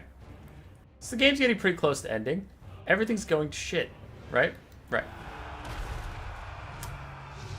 So, my boy, we need you to save the entire game. It is all up to you. You're the last point of power in this game, my friend. You need to have the best shot of your entire life. You've got to save us all, Cygor. All right, let's see it. Nope. Okay, not that rock. Next rock. Next rock is the best one from this guy ever. So you are aiming at a giant 9-headed monster that you couldn't possibly miss. There is a teeny tiny Bray Shaman. Giant monster, teeny tiny Bray Shaman.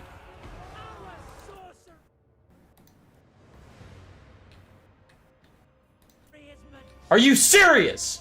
Are you serious right now? You missed the giant fucking monster, and you managed to hit the teeny tiny Bray Shaman. What is wrong with you? Why? I have been shit-talking Cygors forever. I constantly say you guys are shit, and for once you're kind of doing okay. You're kind of maybe doing possibly, potentially okay, and then you just betray your own team like that. In their hour of need, you waste your final shot on killing your own caster because why? Because why would you do that? Did he not feed you enough? Did you not like the gruel he served? Was it worth it, you stupid piece of shit? Oh, that stupid, dumb piece of garbage. Oh, boy.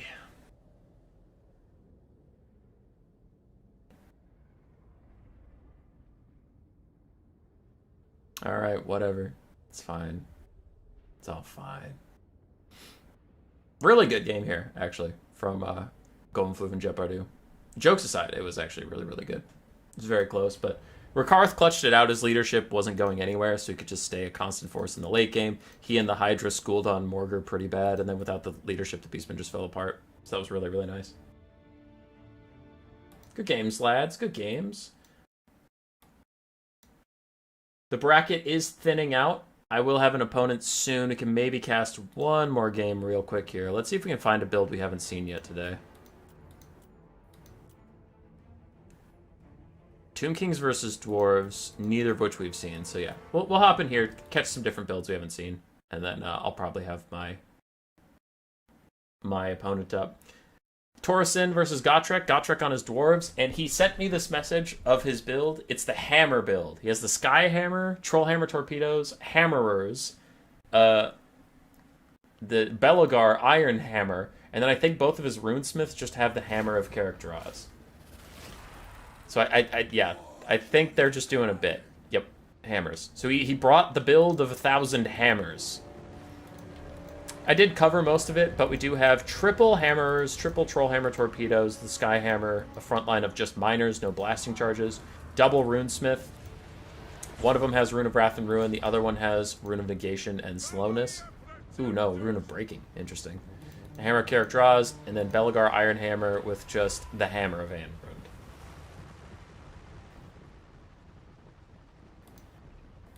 Stop? Stop what? What did I do? Oh. On the other side, we have a Tomb Kings build we haven't seen yet. There are 3 Tomb Kings players in this tournament. 2 Cameron War Sphinxes, Grand Hierophant Kotep with his Bound Sandstorm and then Protection and Vengeance spells. Chose the Gods of Shopti Great Bows, a bunch of melee, well, not a bunch, 2 melee Shopti, Skeleton Warriors and Spearmen across the front line, and 4 Skeletal Archers. Troll Hammer Torpedoes, getting in range and firing upon the Chosen of the Gods. Oh, stop. Hammer time. Alright, cool. I thought you were telling me to stop. I was like, what did I do? I was just announcing the build. Archer's going to punish the dwarves on the way in. 80 armor is pretty strong, but still no shields, no missile resistance. Some of that damage will get through. Syrians and Katisha Vengeance onto the Sky Hammer, but it doesn't look like that's going to do that much damage. Generally does better against larger model counts. But the double kitty cats going for a bit of a flank. All 3 troll hammers trying to turn towards this one. How much damage can they get onto it on the way in? 2,000 HP, 3,000 HP, 4,000 HP gone in the blink of an eye, but it did reach them at last. Charges straight through, tries to cut some of them off, gets it near Narrow's Incantation Protection. A little late. Would have liked that a little sooner. But the Skyhammer is also trying to peel for them while the other Trollhammers just shoot it at point-blank range. Other Kitty comes in as well. We do have the Peak 8 guard back here also. So the Kitty Cat's not feeling great. Meanwhile, on the front line, Hammers are doing their business, rushing through these Skeleton Warriors super easily. No problem for them whatsoever to get through these skeletons, but the Miners are having much more of an issue with it. Cambrian War Sphinx trying to retreat, but there's nowhere he can go. Unfortunately, he will probably just crumble to dust or even disintegrate. He's getting really close to that negative 55 leadership threshold. There he goes. One War Sphinx is down. The other one's just trying to disrupt the Trollhammer torpedoes as the melee Ushabti are on their way. And the Trollhammers seem to realize that they're in trouble. They're going to try and shoot at Katep quickly while they still can. Meanwhile, the Chosen of the Gods getting shots out onto the Skyhammer, actually doing pretty good damage onto it now that they're in range. But with the melee Ushabti here, the party should be over for the Dwarves. Sure, the Peak 8 guard will do good damage, but as long as the Tomb Kings keep up their micro, and it looks like they have been, they can usually just keep away from Peak 8 guard and do a lot of damage on the backside. So that's going to be pretty rough for the Dwarves here. Hammers are getting through their second unit of skeletons, but an Ushabti summon on top of them will slow them down just a little bit while they continue to grind their way through the Runesmiths and the Miners beating up on the Skeleton Spearmen. The Skeletons have really just been buying as much time as possible. They're not hoping to win, they're just buying time. PK guard take out one of the Ushabti, but the cost of it has been another Ushabti taking out Trollhammer, another Trollhammer routing away from the Cambrian War Sphinx, and the last Trollhammer Torpedo taking a lot of damage. Some of the archers are trying to kite it out a bit. Chosen the God's going to fire on Miners. That should do a lot of damage. Miners being unshielded can be pretty brutal. Yeah, look at that. Pulping them. Half HP gone just like that. These Ushabti should finish off the Trollhammer torpedoes soon and then return to help the Cambrian War Sphinx, which is currently just running around and being disruptive. Where's the second Hammerer? There he is. Still cleaning up some skeleton spears on the low ground. Now they're just trying to path past them and move on to other things. This Hammerer took a lot of damage from the Ushabti summon behind them. That Ushabti summon, ooh, only 200 value actually. Not as good as I would have thought, but still doing okay. Archers firing in. Incantation of Vengeance doing good work, but ooh. Katep taking a lot of damage from screwing out the Skyhammers. He shouldn't have done that. He's starting to run away now as the Chosen of the Gods are going to maybe try and peel for him, just make the Skyhammer start dodging a little bit. Katep's taking so much damage, he needs to just run. He probably needs to sit right next to his Chosen of the Gods for the rest of the game to make sure that nothing can hit him, as Trollhammer torpedoes are also firing at Katep on his way out. Somehow this one was allowed to rally. Cambrian War Sphinx looks like he's going to charge straight into these already super wounded guys. Slam through them. And rout them yet again. Can the dwarves be kited out? Tickets are ticking up though. Already halfway to the top for the dwarves.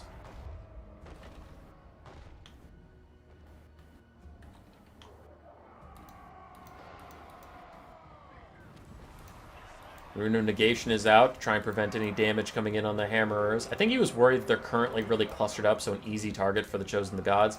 The Chosen of the Gods look like they have other issues. I don't know if shooting at this super wounded Trollhammer is even worth their precious ammunition, because they are running low. They only have 9 shots left, and they have to kill a whole Hammerer, half a Hammerer, and the Skyhammer. So these guys have a lot more to be doing than shooting at the Iron Drakes. He really needs to switch what they're shooting at, like, right now. Oh, this is a disaster. They've wasted 2 precious volleys onto an already shattered Iron Drake.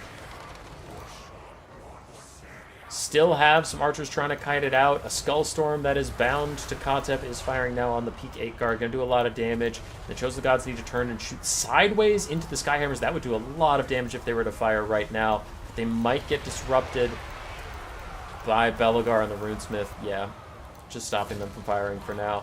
Archers are trying to kite it out. Dwarves have a good handle on the control point. They still have a lot of infantry left. Maybe if we had infinite time, the Cambrian War Sphinx could maybe cycle charge its way to victory. I don't know how it would beat 3 single entities of the dwarves. I don't know how it deals with the Skyhammer shooting it. But, like, it's possible. But I think with the added context of the capture point ticking up, I think the dwarves probably have this. Probably.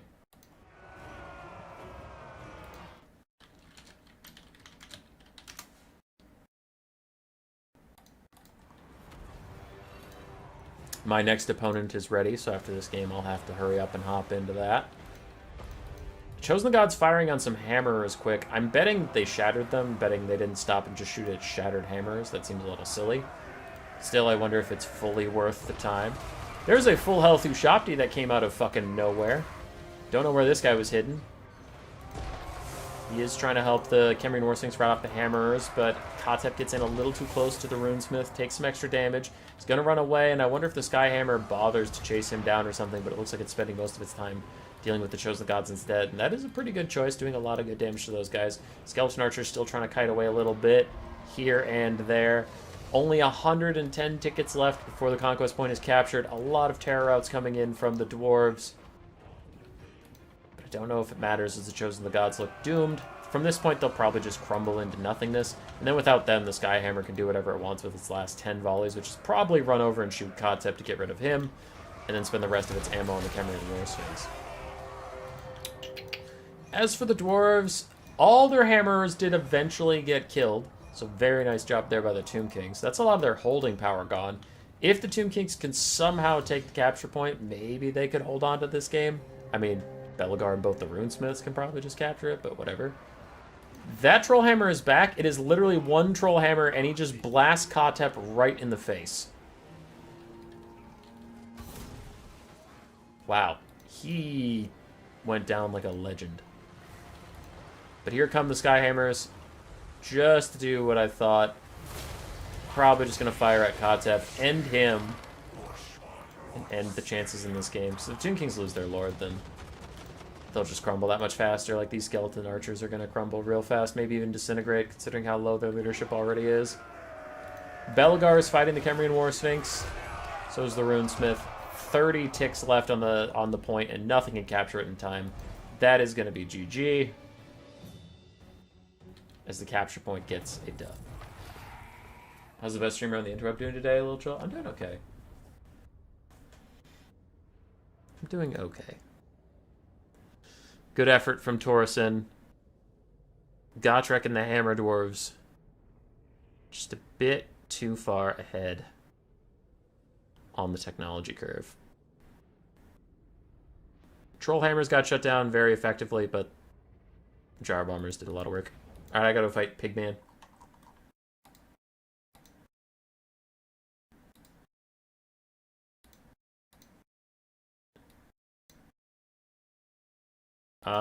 Black Knight won, but he messed up the scores.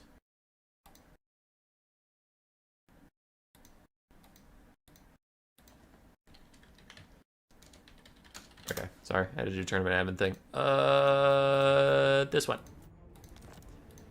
Deleted that so I don't actually cast it again, and let's go find Pigman! Pigman's Grand Cathay, gonna be pretty tough.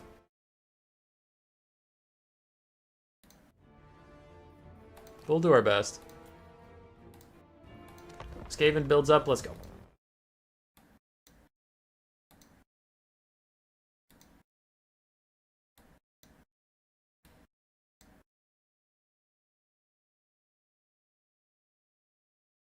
Let's go. Pigman! Pigman, where'd you go? He's dead. He's dead. He's fucking dead. There we go. He's not dead. I lied.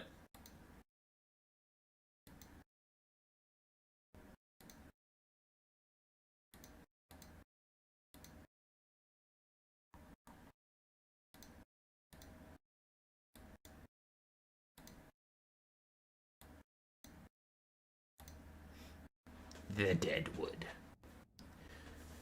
So far, we have Tomb Kings waiting in the finals. We have Tomb Kings waiting in the lower bracket finals. We have Grand Cathay versus Skaven right here.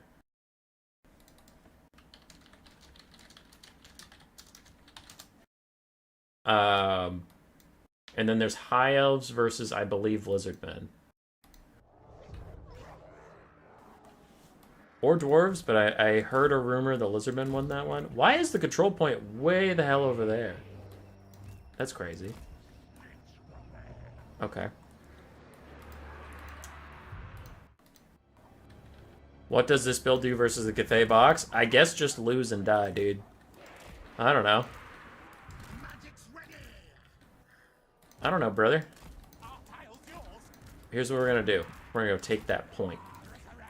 I'm gonna put my Doom Flayers in the woods for a second. But we're gonna go take that point.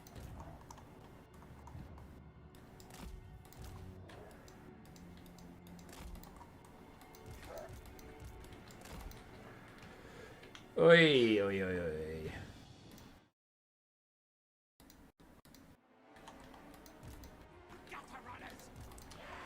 Gutter runners.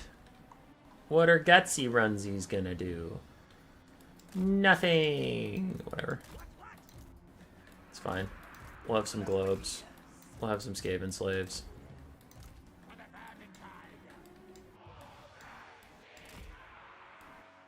Go on. There we go. Yeah, my build isn't very well suited to fighting Cathay, but it's okay. If I lose, then I just get to cast more video games. It's like that on Tower Hoth as well. I guess they decided some of the terrain in the middle needed to be point offset for no rhyme or reason. Cool.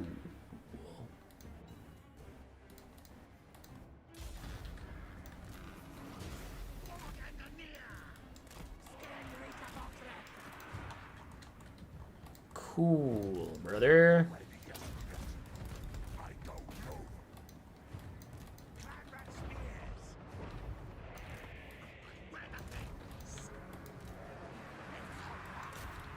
Alright, we're gonna take a lot of damage on the advance, that's a given.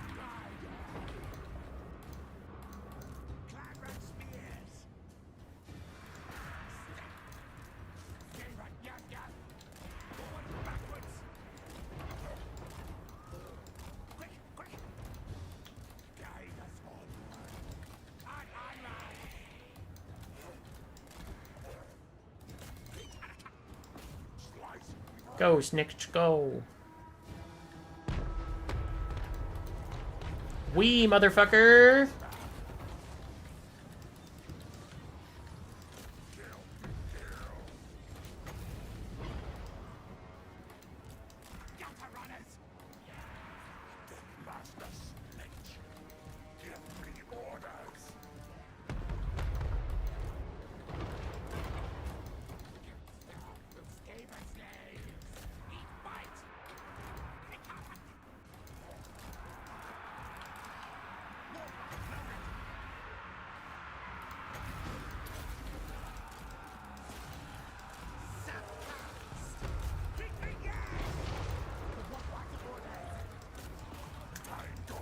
Alright. Grand Cathay is boxing with increasing Grand Cathay intensity, but we got some globes in range. And we maybe got this bitch dead to rights. Maybe. He's summoning Ancestral Warriors, but I don't know. I'll sacrifice a Rat Ogre to get some solid damage onto that lady. Okay, now that she's escaping, I'll run.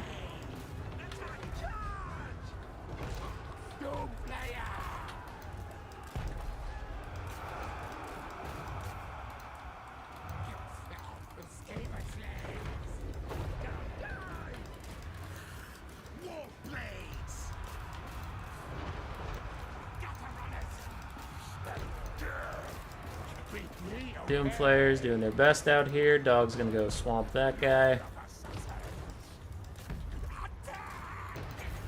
Okay, I'll just net this person right in front of my gutter runners. That'll be pretty cool. And these globes need to shoot these guys wherever they can. But yeah, with two gutter runners shooting this lady directly above me, I should be okay. Oops, that happened.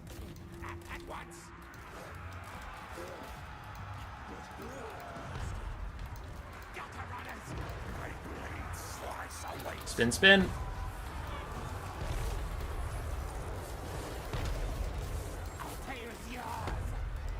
Doom Flayers are gonna have to make their way in here.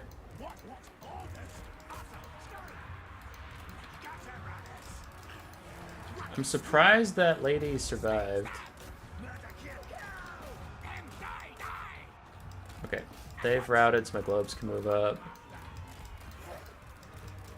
But I'm surprised that lady lived through all those gutter runners. That seemed kind of wild.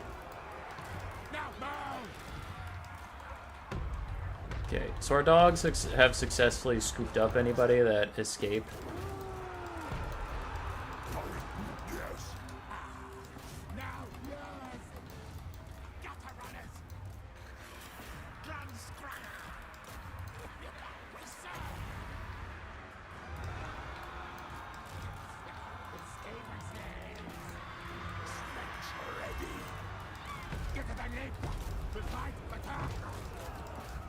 Okay, chase down the peasant archers.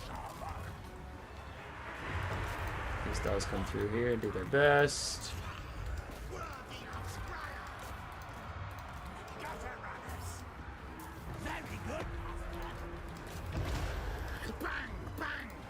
I want to get in range and get another net on that lady.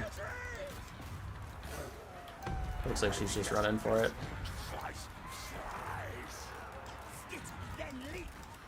I love how this Grank is just fucking blobbing. Like, let's just stack as many fucking guys as we can on top of each other. Right, any gutter runners that can, shoot that lady.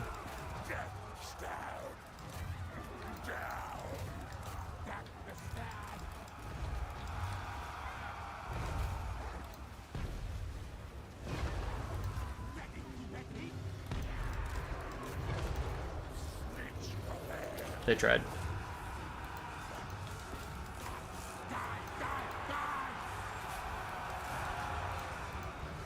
And those peasant long spears do a lot of damage, even to like dogs.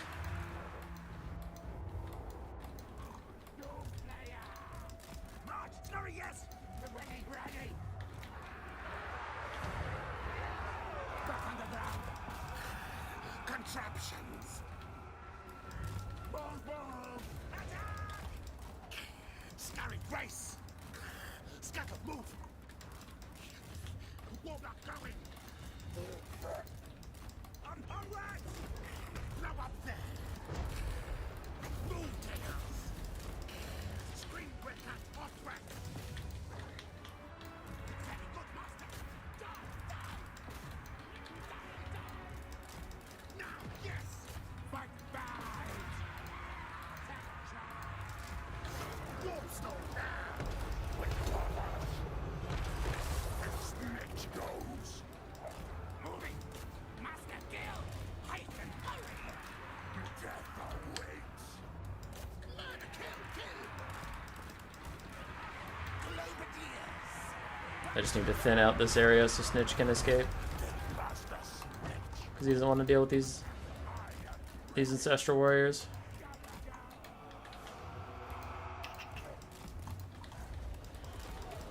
Moving, going. Like the wind. Not once. Slings down. Yes. Dun, dun, dun, dun, dun, dun. I finally escaped from this.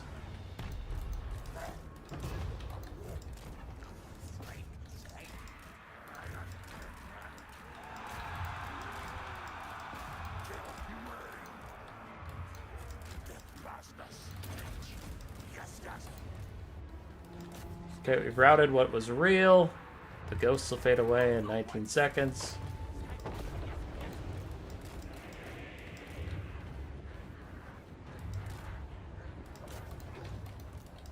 I don't move. Lord of Assassins.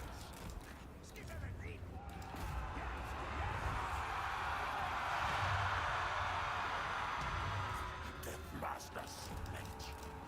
Moving, going.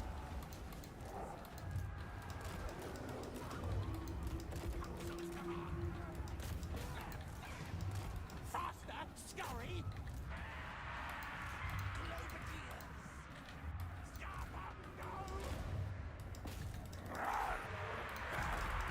Sorry, focusing. Snitch goes. Wait. Yes.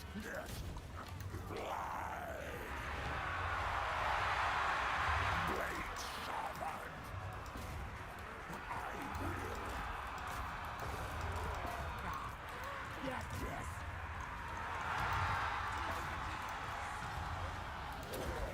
Spin.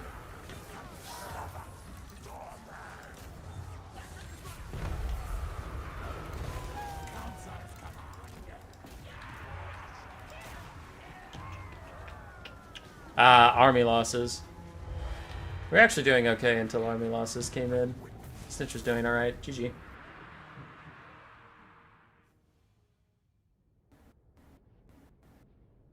Prepare for a glorious last stand on the point. Yeah. We did our best.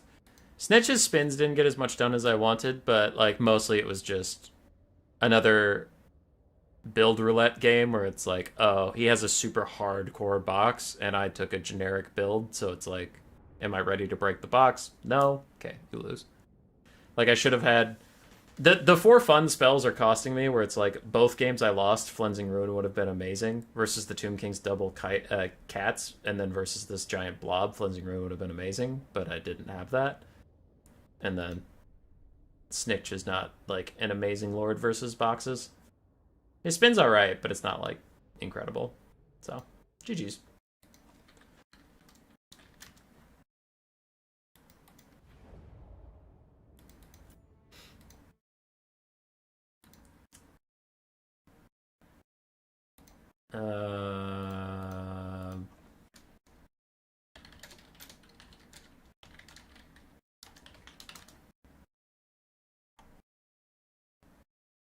Alright. I just need to know what's going on with the tournament.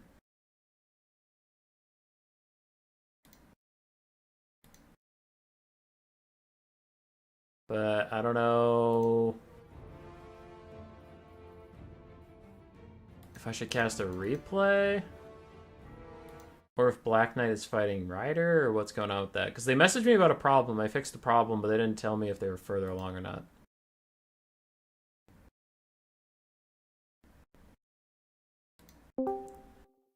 Yo, It's that yo. 10,000 Hey, years of high training, bro. Yo, popping in real quick. Rider, What are we Bastillons doing? are definitely going to carry. Pigman, Chush, what am I doing? Is Black Knight fighting Gotrek or is he fighting Ryder right now? No, I was just telling him that. Yes, he's being lazy. I was just telling him. Pigman, how dare you try and help me? I refuse it. Anyway. That is hilarious. I literally saw that and was like, Black Knight, why haven't you reported your score? Yeah, Black Knight won. Okay, so he's fighting Ryder right now? Yes, right now, currently. Are they in game? You can Yes. you can apply it as a win if you want. Sounds good. Yeah, Oh I my think God. it's pretty over. TBH. Okay, then I'll wait for Bastillons! the winner of that to fight Pigman, and I'll catch it live. Alright, I'm leaving now. Goodbye. Go back to your swearing and Bye. slurs. Dude, they always have swearing and slurs. How dare they? How dare they? Okay. So we'll catch the rest of the tournament live. Come with me to the bracket. Boom. So Ryder and Black Knight are finishing up like right now. They said they're towards the end of their game. So we'll catch Pigman versus whoever, and then we'll catch Angel versus whoever, and then we'll catch Incars versus whoever. So we have 3 back-to-back-to-back games. I'm just gonna host. I'll invite Pigman. Whoopsies. Whoopsies! Oopsies poopsies.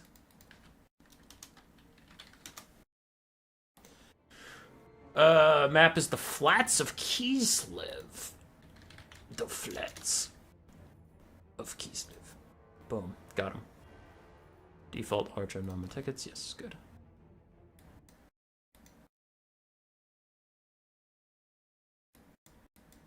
So either High Elves or Lizardmen will advance to fight Grand Cathay. Winner of that will fight Tomb Kings. Winner of that will fight Tomb Kings. Always more Tomb Kings. With that, I'll hang out here, talk to chat. You out of the tournament yet? Yeah, that was it. Pigman beating me in the lower bracket. Kicking my shit in. Show us the replay called Skibbity. Is there one? I didn't know there was one.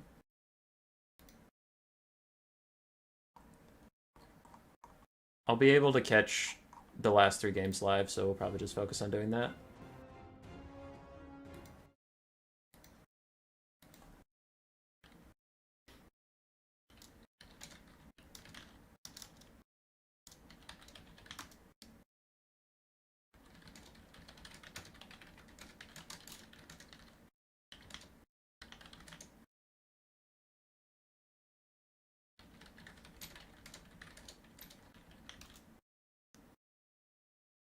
Has this tournament convinced you of the strength of Necrosphinxes yet? They're pretty darn strong, yeah. I mean, in a in a tournament where you can't prep for your opponent, because like I was saying, I beat double War Sphinx this morning with Skaven, but I could take my anti-Tomb Kings build. When you have to blind take a generic build, then yeah, two super powerful, fast single entities are going to be pretty strong. And I do think they're really strong, to your point. I don't think they should be, like, banned, but I think they're really strong.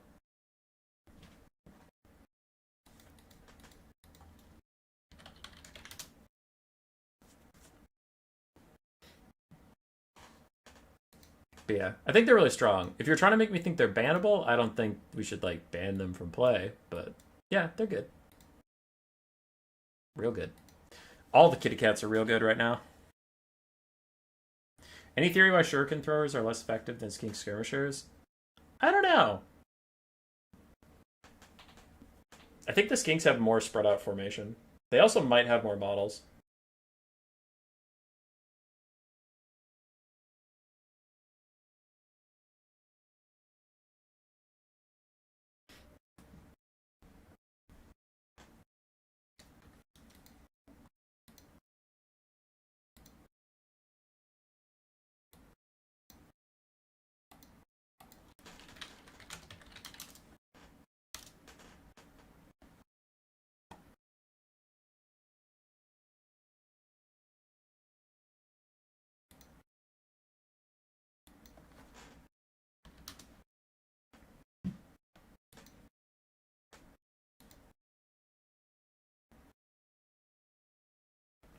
I think they're super weapon category. Yeah. We'll see. I don't want to jump to any conclusions. I don't know. We saw a double kitty cat, like not the Necro Sphinx, but we saw two Kemrian War Sphinxes lose.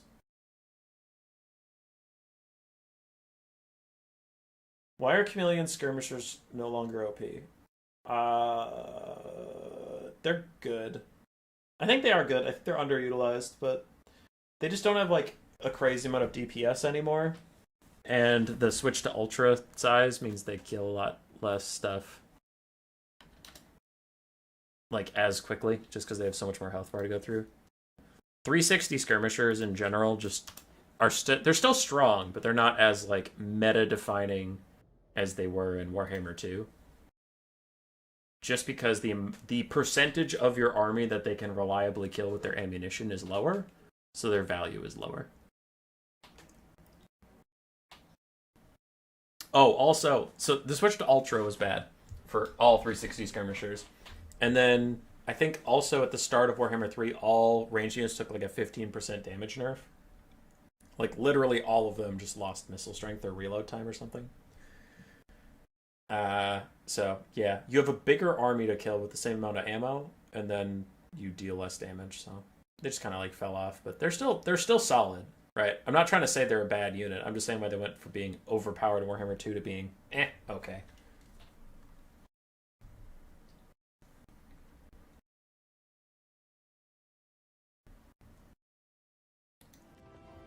Black Knight is here. We've seen his Lizardman before. Pigman is here. We've seen his Grand Cathay before, literally last game.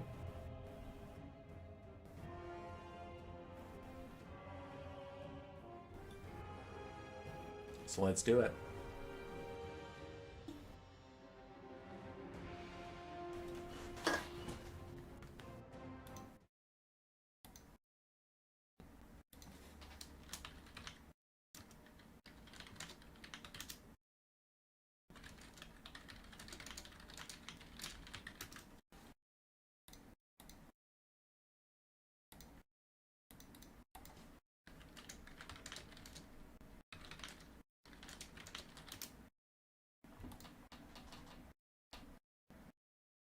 No, I crave a tournament with small regiment size. I wonder how much that would affect. I know there's certain things about it that scale badly. I'm trying to remember what it was, but some people were talking about, like... Because there's a big conversation among certain people that large is better than ultra. And I'm trying to remember what they said changes. I think cavalry's better on large, infantry's worse on large.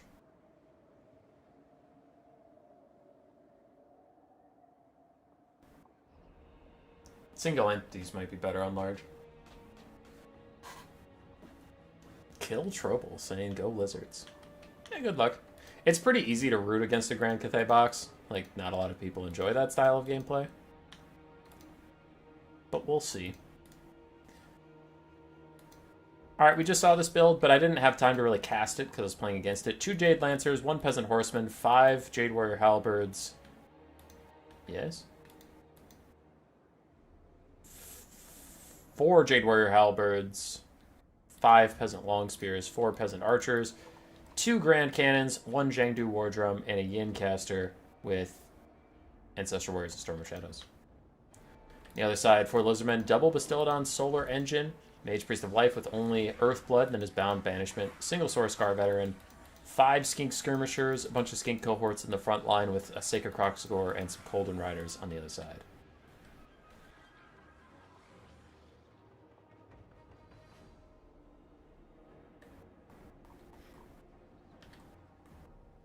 Cathay is forming their box. And I will say, I am sad that people are remembering Grand Cathay as OP. There was this time where it's like, the DLC came out and people were like, nah, dude, Grand Cathay is actually pretty meh. And I'm like, no, they're still strong. I don't think they're top tier, but they're still very strong. People are like, what? No, they're not. I take Zhao Ming and he sucks. And I'm like, no. Take the Shugenin Lord. Cheaper, more diverse Winds of Magic. You can have a wider army. You'll just be better off. I think Zhao Ming is still fine, but I think that Shugenin Lord is, like, really strong. And Zhao Ming depletes a lot of your resources. He's good in certain matchups, but I think people that just auto-lock Zhao Ming in every matchup aren't utilizing Cathay to their full potential.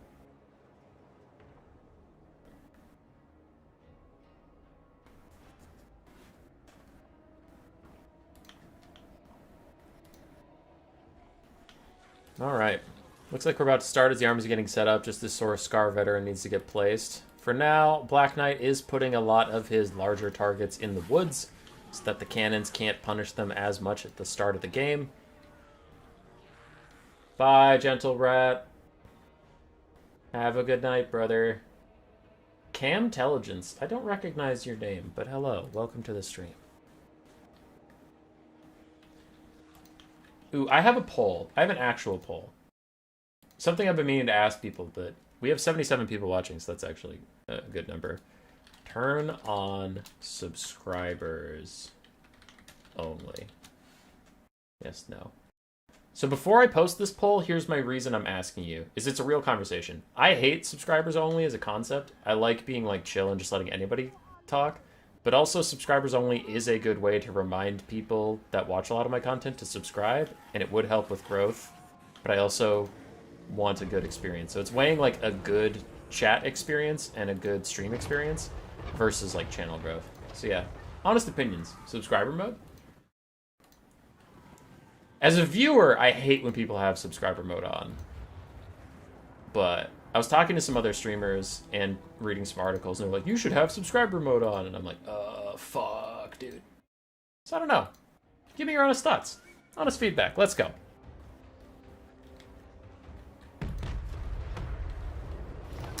So Black Knight right now looks like he's just trying to capture the point with a single skink. And he's keeping the rest of his force super far back, and he's trying to force Pigman to come out of his box. Now, I do think if Pigman is cautious with it, he can just move the box up to the point. But Black Knight is trying to just force him to move.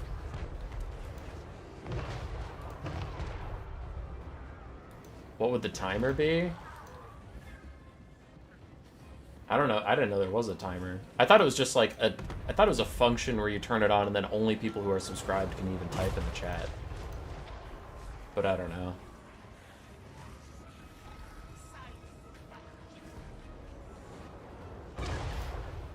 Alright. Feral Cold One's moving up. Looks like they want to pressure the Jade Lancers because now Grand Cathay didn't move the box. They just moved the Horsemen up to take the point.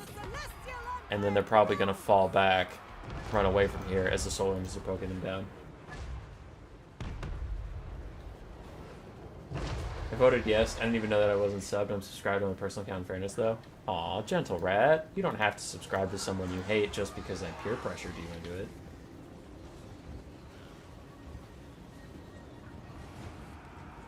You can turn on slow mode also to limit spam. Have we had spam issues? I don't think so. Just Trogdor. But Trogdor's always spamming. It's okay. We're used to that.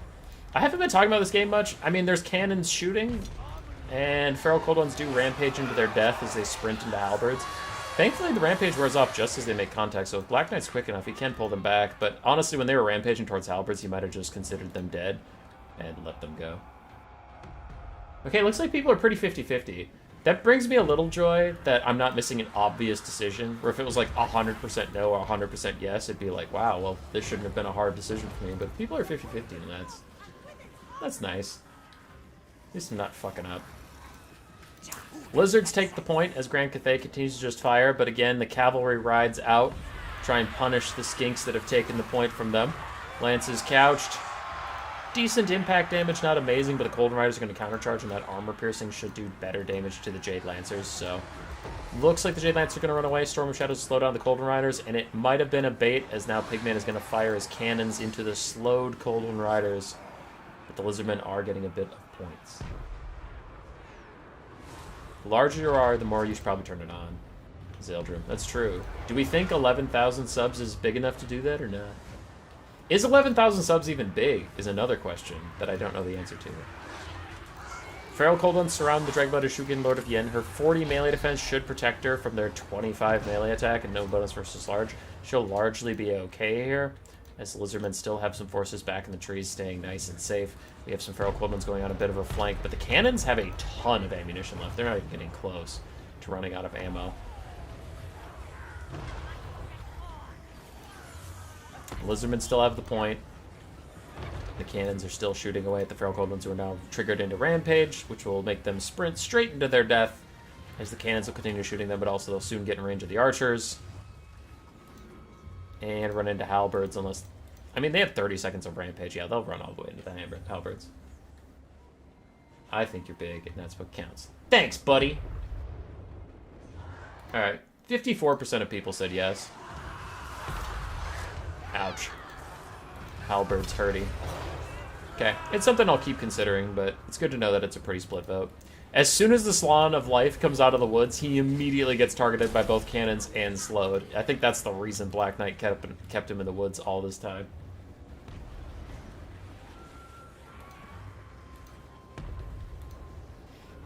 These cannons have just got to be raking in the value. Wow, only 400? It's only 600, too. Wow. Thought that would have been doing a lot better. Solar Engine is going to run out and peel this lady off. The Lizardmen are still ticking up on the point. 11K is probably more than 98% of YouTube accounts. Let's go, dude. So what you're saying is I'm bigger than Legend of Total War.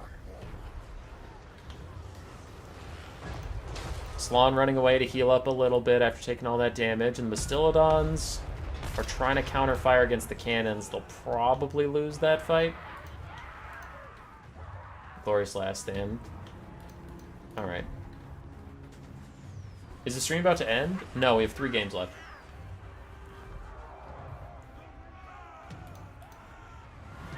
How much does a membership cost per month? I actually don't know. Isn't it like $2 or something?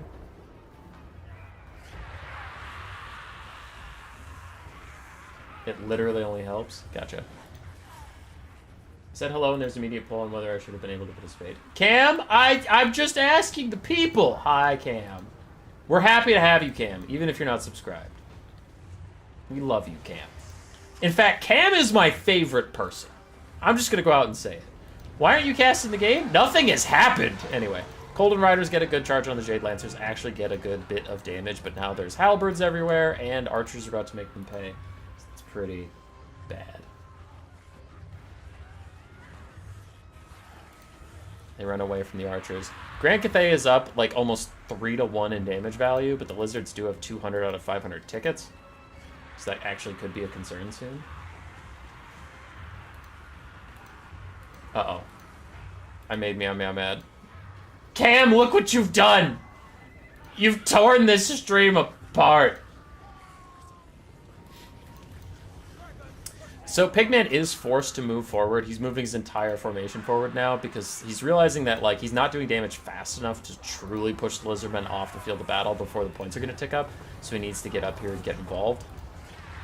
He's mostly getting in range so his archers can start poking too. 81 people mad as hell right now. Nah, dude, they're all leaving. They don't need this. Look at that Bastille. It's getting rocked by cannonballs right now. They bounce off his hide, but it's apparently painful. We have a full health Sacred Croc score just chilling in the woods, as Black Knight is trying to win on points alone, just capture points. Feral Cold One's prowling the backfield to maybe catch anybody who routes. And some skinks are trying to penetrate the Grand Cathay lines, but the cannons are still online and firing away at this poor Bastillodon who's just trying to find a home. I don't know, can the Lizardmen even hold on long enough to hold the point? Because they're definitely losing, like, the battle. They will...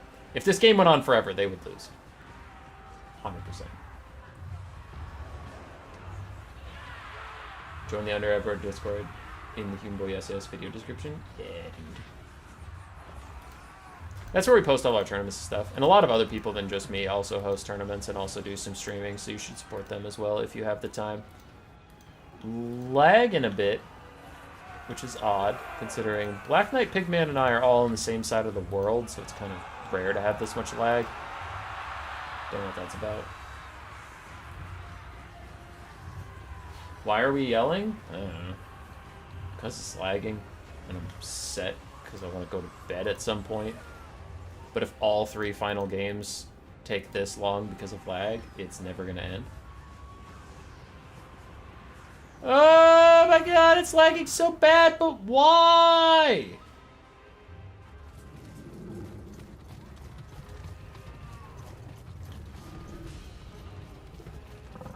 Well, those running animations are actually pretty good in the Feral Cold Ones.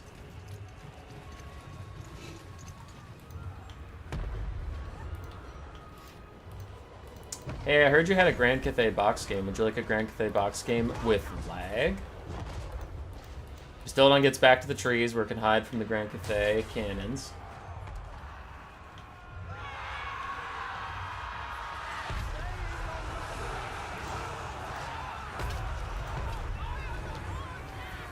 Feral Coldman's still trying to penetrate the backline, but I think this is the death knell for the Lizardmen.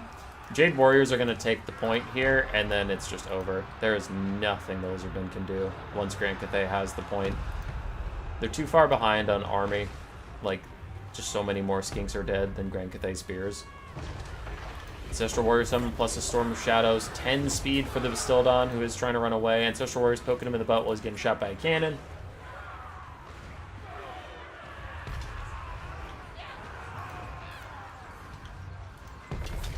There goes the capture point. There goes the Bastillodon.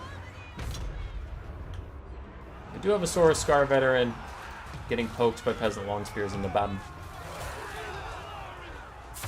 He's doing his best. There's a Bound Banishment onto some of the Peasant Archers while the cannon's still firing at the Bastillodons. Getting some decent value for it. Some Skink Skirmishers made their way back here. They are killing off the cannons. This Grand Cannon's down to 1 model. These Ancestral Warriors, if they can, should probably turn on the Sacred Croc Swords. That could be huge value for the last 24 seconds of life.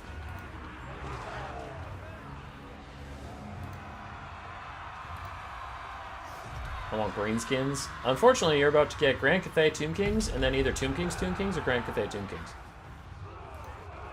But you're getting Tomb Kings. That's all you're getting.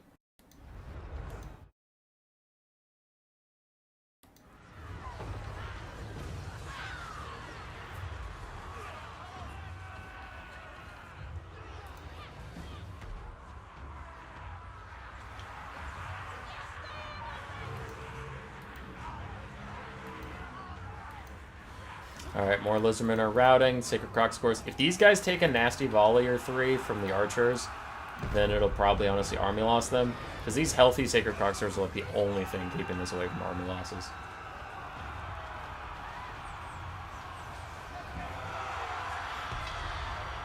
Roosevelt Samuel coming in with the aggressive likes. Wow. What are we at for likes? Ooh, 45. Not bad. Not good. Not good at all. Tragic, but not bad.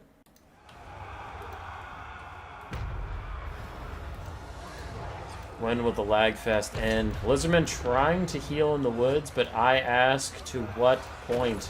Ancestral Warrior Summon out next to the Sacred Crocscores. Sacred Crocscores are going to die horrendously in all these halberds while getting shot with ghost armor-piercing halberds next to them.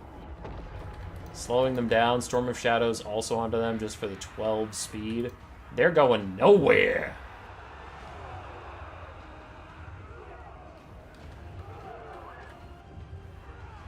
I keep hitting the heart button. Is that a like? Oh yeah, of course it is. At least after this, we won't have any more Grand Cathay versus Lizardmen, because that's rather slow. Lizardmen with lots of healing and lots of armor, just taking a long time to die. There go the Sacred Crocscores. There goes army losses. GG. 2 games left. Will it be a Tomb King's Mirror, or will it be Tomb King's Grand Cathay twice in a row?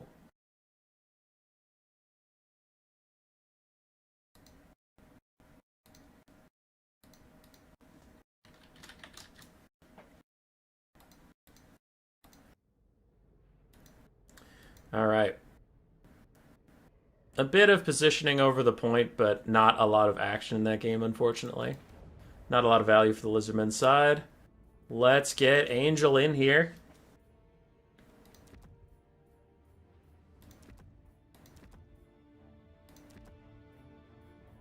As the lobby's bugged? No, the lobby was just very, very laggy. Okay, great. You lose to 100. You lose to Angel's build. You can FF if you want. Doesn't matter to me.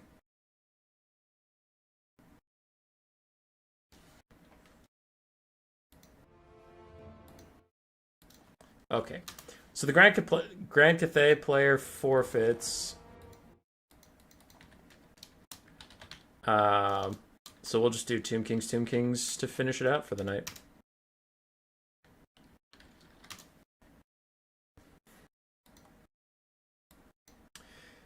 Now, it has been noted that Angel's Tomb Kings build is illegal. They brought 5 single entities instead of 4. But when it was brought up, I said it's too late in the tournament to change it now, and I should have caught it, but I was busy trying to get the bot to work again. So I didn't really get to look over the armies too carefully.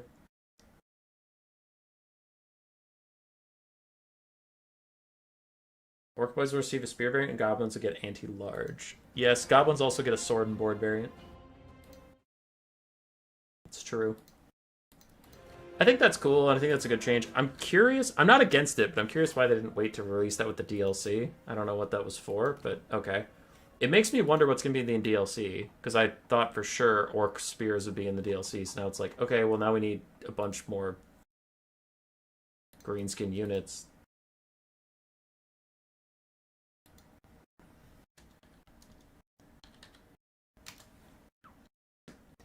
We need a bunch more greenskin units that aren't spear boys.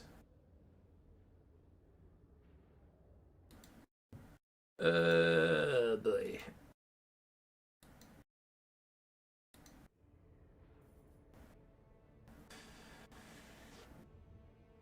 You good, brother? You seem you seem enamored with the idea of sleep. I mean, depending where he is, it could be right like, hey, in-car's same, brother! That's when I get up for work. We'll give Angel a couple minutes. If he's not around, then we'll just call it a night.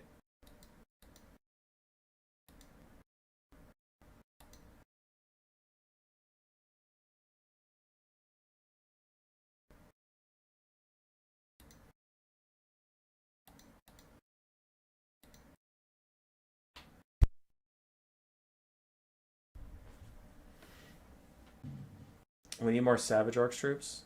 That'd be good.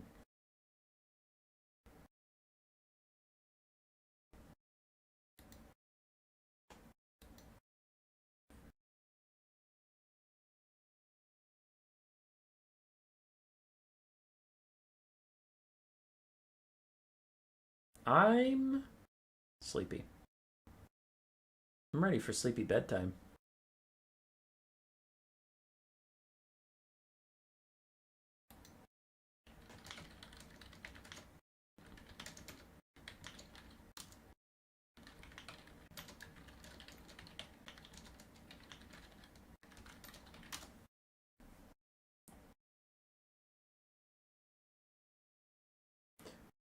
Why is the game so spear heavy but hates top tier spears?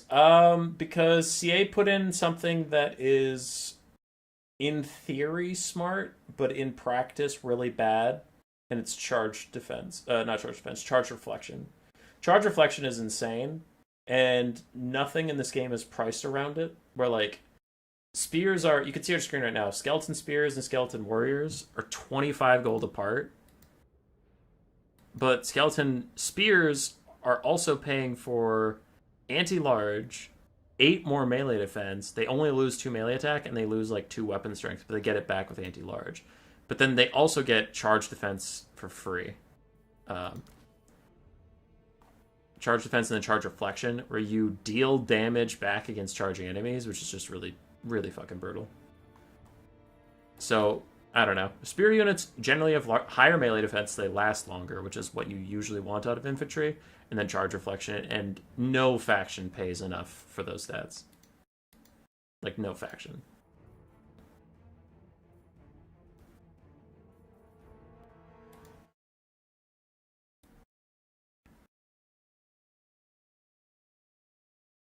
Okay.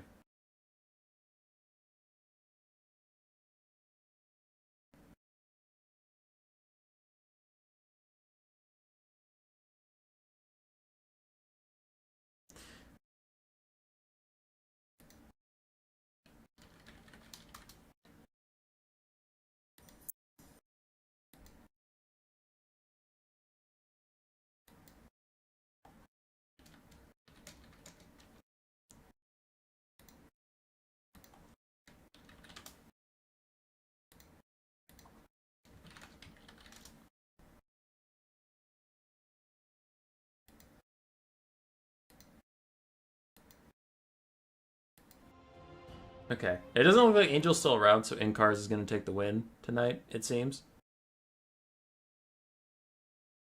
I bet Incars is very happy to have stayed up to not fight anybody.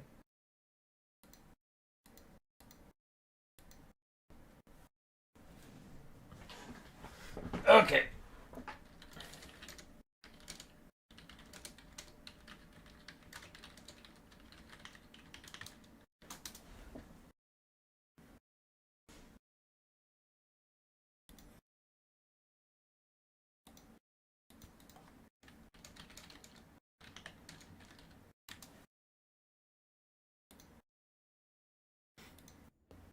Boo.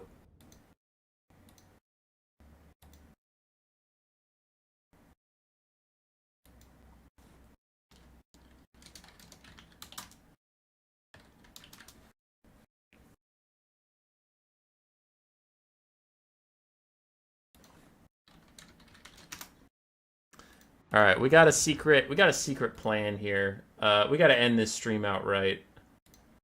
So there, I'll leave you guys with that while I host something special for this, because we can't end with just a I guess he wins and leaves. That's lame. All right, so we gotta put on a little spectacle here for the folks back home.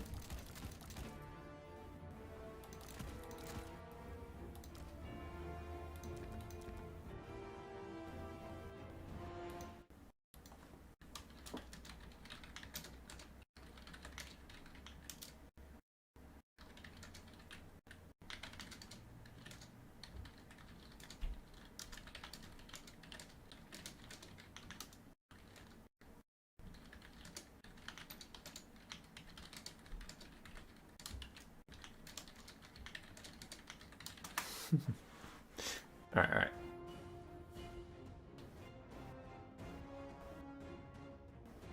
Greenskins? No. We got something better than that shit. We don't need greenskins in this house.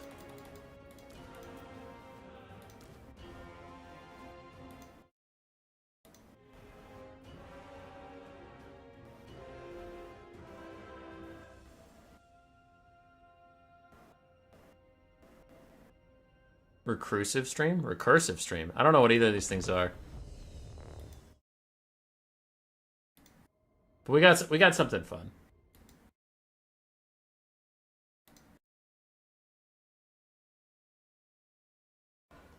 People are just spamming emotes now. What the fuck?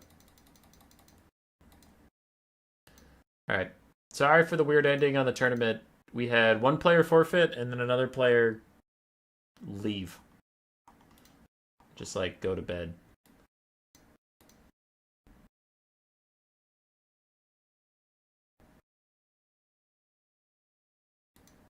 So in cars and his Tomb Kings won the tournament. You're streaming the stream? I am streaming the stream because I'm trying to not show you what it is so we don't spoil it.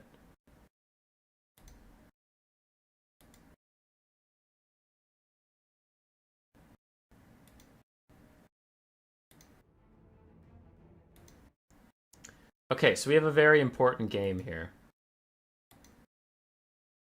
This is it. For the true winner of the tournament. Incar's won. He played by the rules. He actually played the tournament. He won. But who really won the tournament? It's me or Black Knight.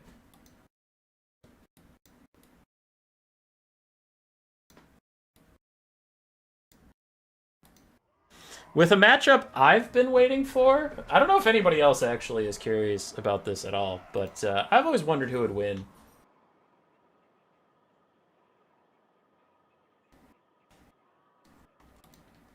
Is it new row of leap during a tournament? The next one to sign up for get auto losses first round. Very funny if they don't remember.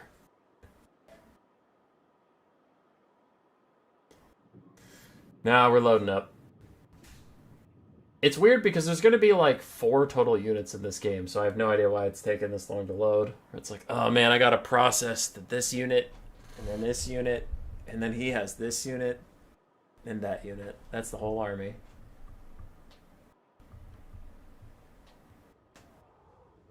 You need tips for Mog second phase? What are you talking about, Elden Ring? Oh, we went back to 599. That means we're ready. All right, who wins? 3 Thunder Barges, or I told Black Knight to just take a bunch of land ships. He has 240 something models, so I have no idea how many land ships he ended up getting. But Thunder Barges versus land ships. This is the finale everybody wanted, and by that I mean my apologies that the tournament ended kind of suddenly and weirdly. So you get this. This is what you get.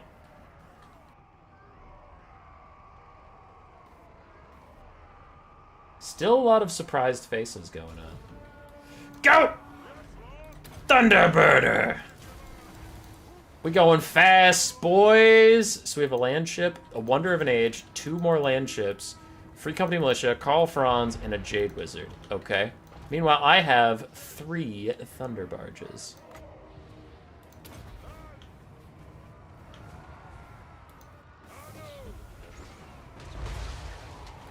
Alright, so that one fucking died. Go get the rest of them, lads.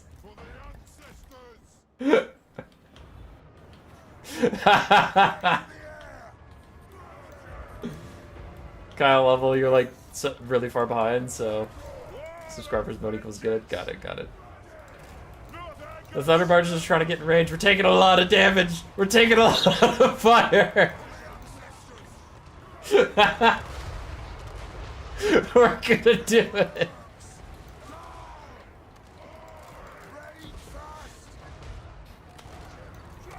Go, my barges of thunder. Take them down. As the land ships desperately fire back. Spray fire. It looks cool if nothing else. No, they're kiting me, you fucks! You can't kite, that's cheating! No! No! We've almost lost one of our Thunder Barges. My Dwarf Lord is losing to Carl Franz. Look at my damage value. 8,000 damage value. He had more Free Company Militia. Sneaky ones. No. We got another land ship, boys. He's going down. A third is down.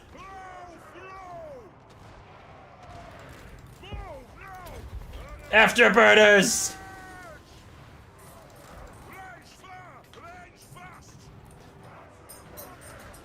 This is the stream final you get. It's not the one you wanted. It's not the one you deserved. You frankly deserve better than this. But next, we ride for Franz. The land ships have been destroyed. Must turn. Human boy, turn off the Thunderburners. You're killing your own guys. No. The speed's worth it. The speed is all that matters. Oh God! Turn off the engines, Captain. She can hold a bit longer. She can do it. No. Oh God! It's exploding. You pushed her too hard, Captain. You pushed her too hard. What have we done? Men and dwarves building increasingly ridiculous contraptions just to kill each other. What have we done? My God. Is this where hubris has led us? To a 10,000 gold damage value lead only to fucking lose anyway? What is this world? What is this life? Why do we even continue to fight? The forces of chaos are inexorable and will always prove victorious, so why bother even trying? Good God, we lost anyway.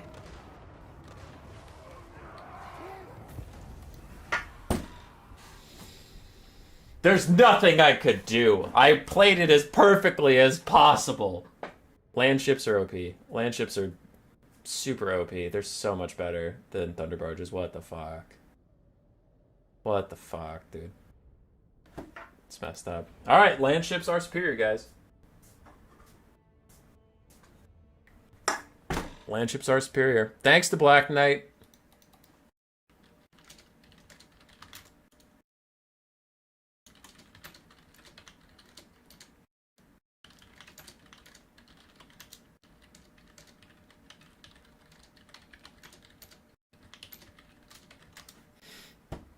So thanks to Black Knight for memeing around with me to give this stream an actual end. Thanks to everybody who played tonight. It was fun. Overall, a lot of good games. Tomb Kings did prove to be rather strong. Congrats to Incars on the win overall. Congrats to Pigman for getting up there to, I guess, second, since if Angel wasn't around to really defend their second place, then I think we just give it to Pigman. Now we know ships belong in the air, not on land. The weird bird killed the airboat. Alright. Do you guys want to see Hazel? Who wants to see Hazel?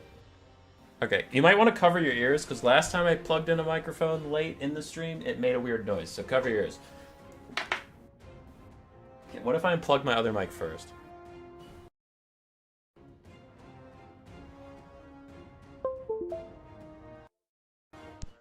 Sorry if they made a noise.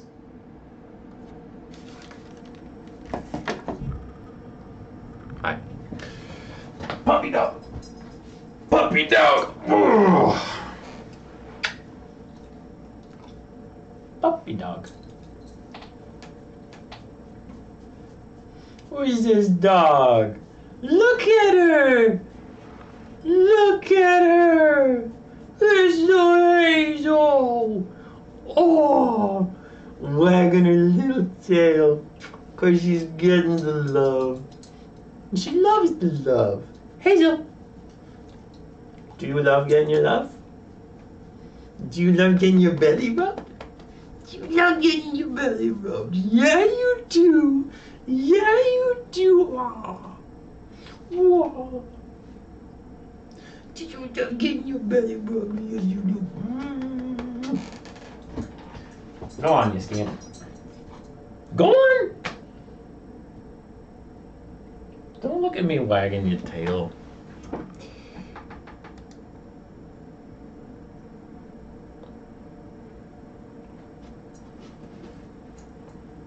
Moo Cow or Riot?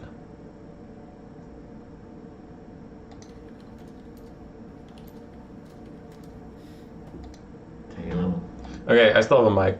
I'll go get Moo Cow. If you want to hang around for Moo Cow, great. If you don't, it was a fun stream. Goodbye. I'm gonna go find him.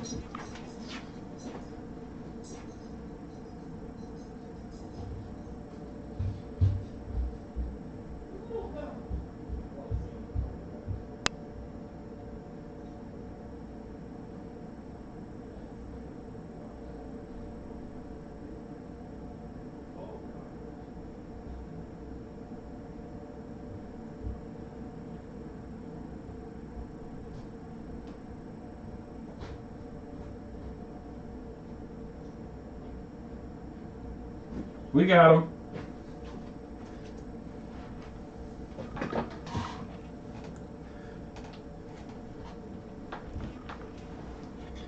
We got the Moo Cow.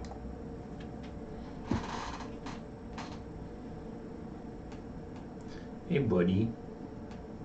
Where's my good buddy? Look at good buddy. We love buddy.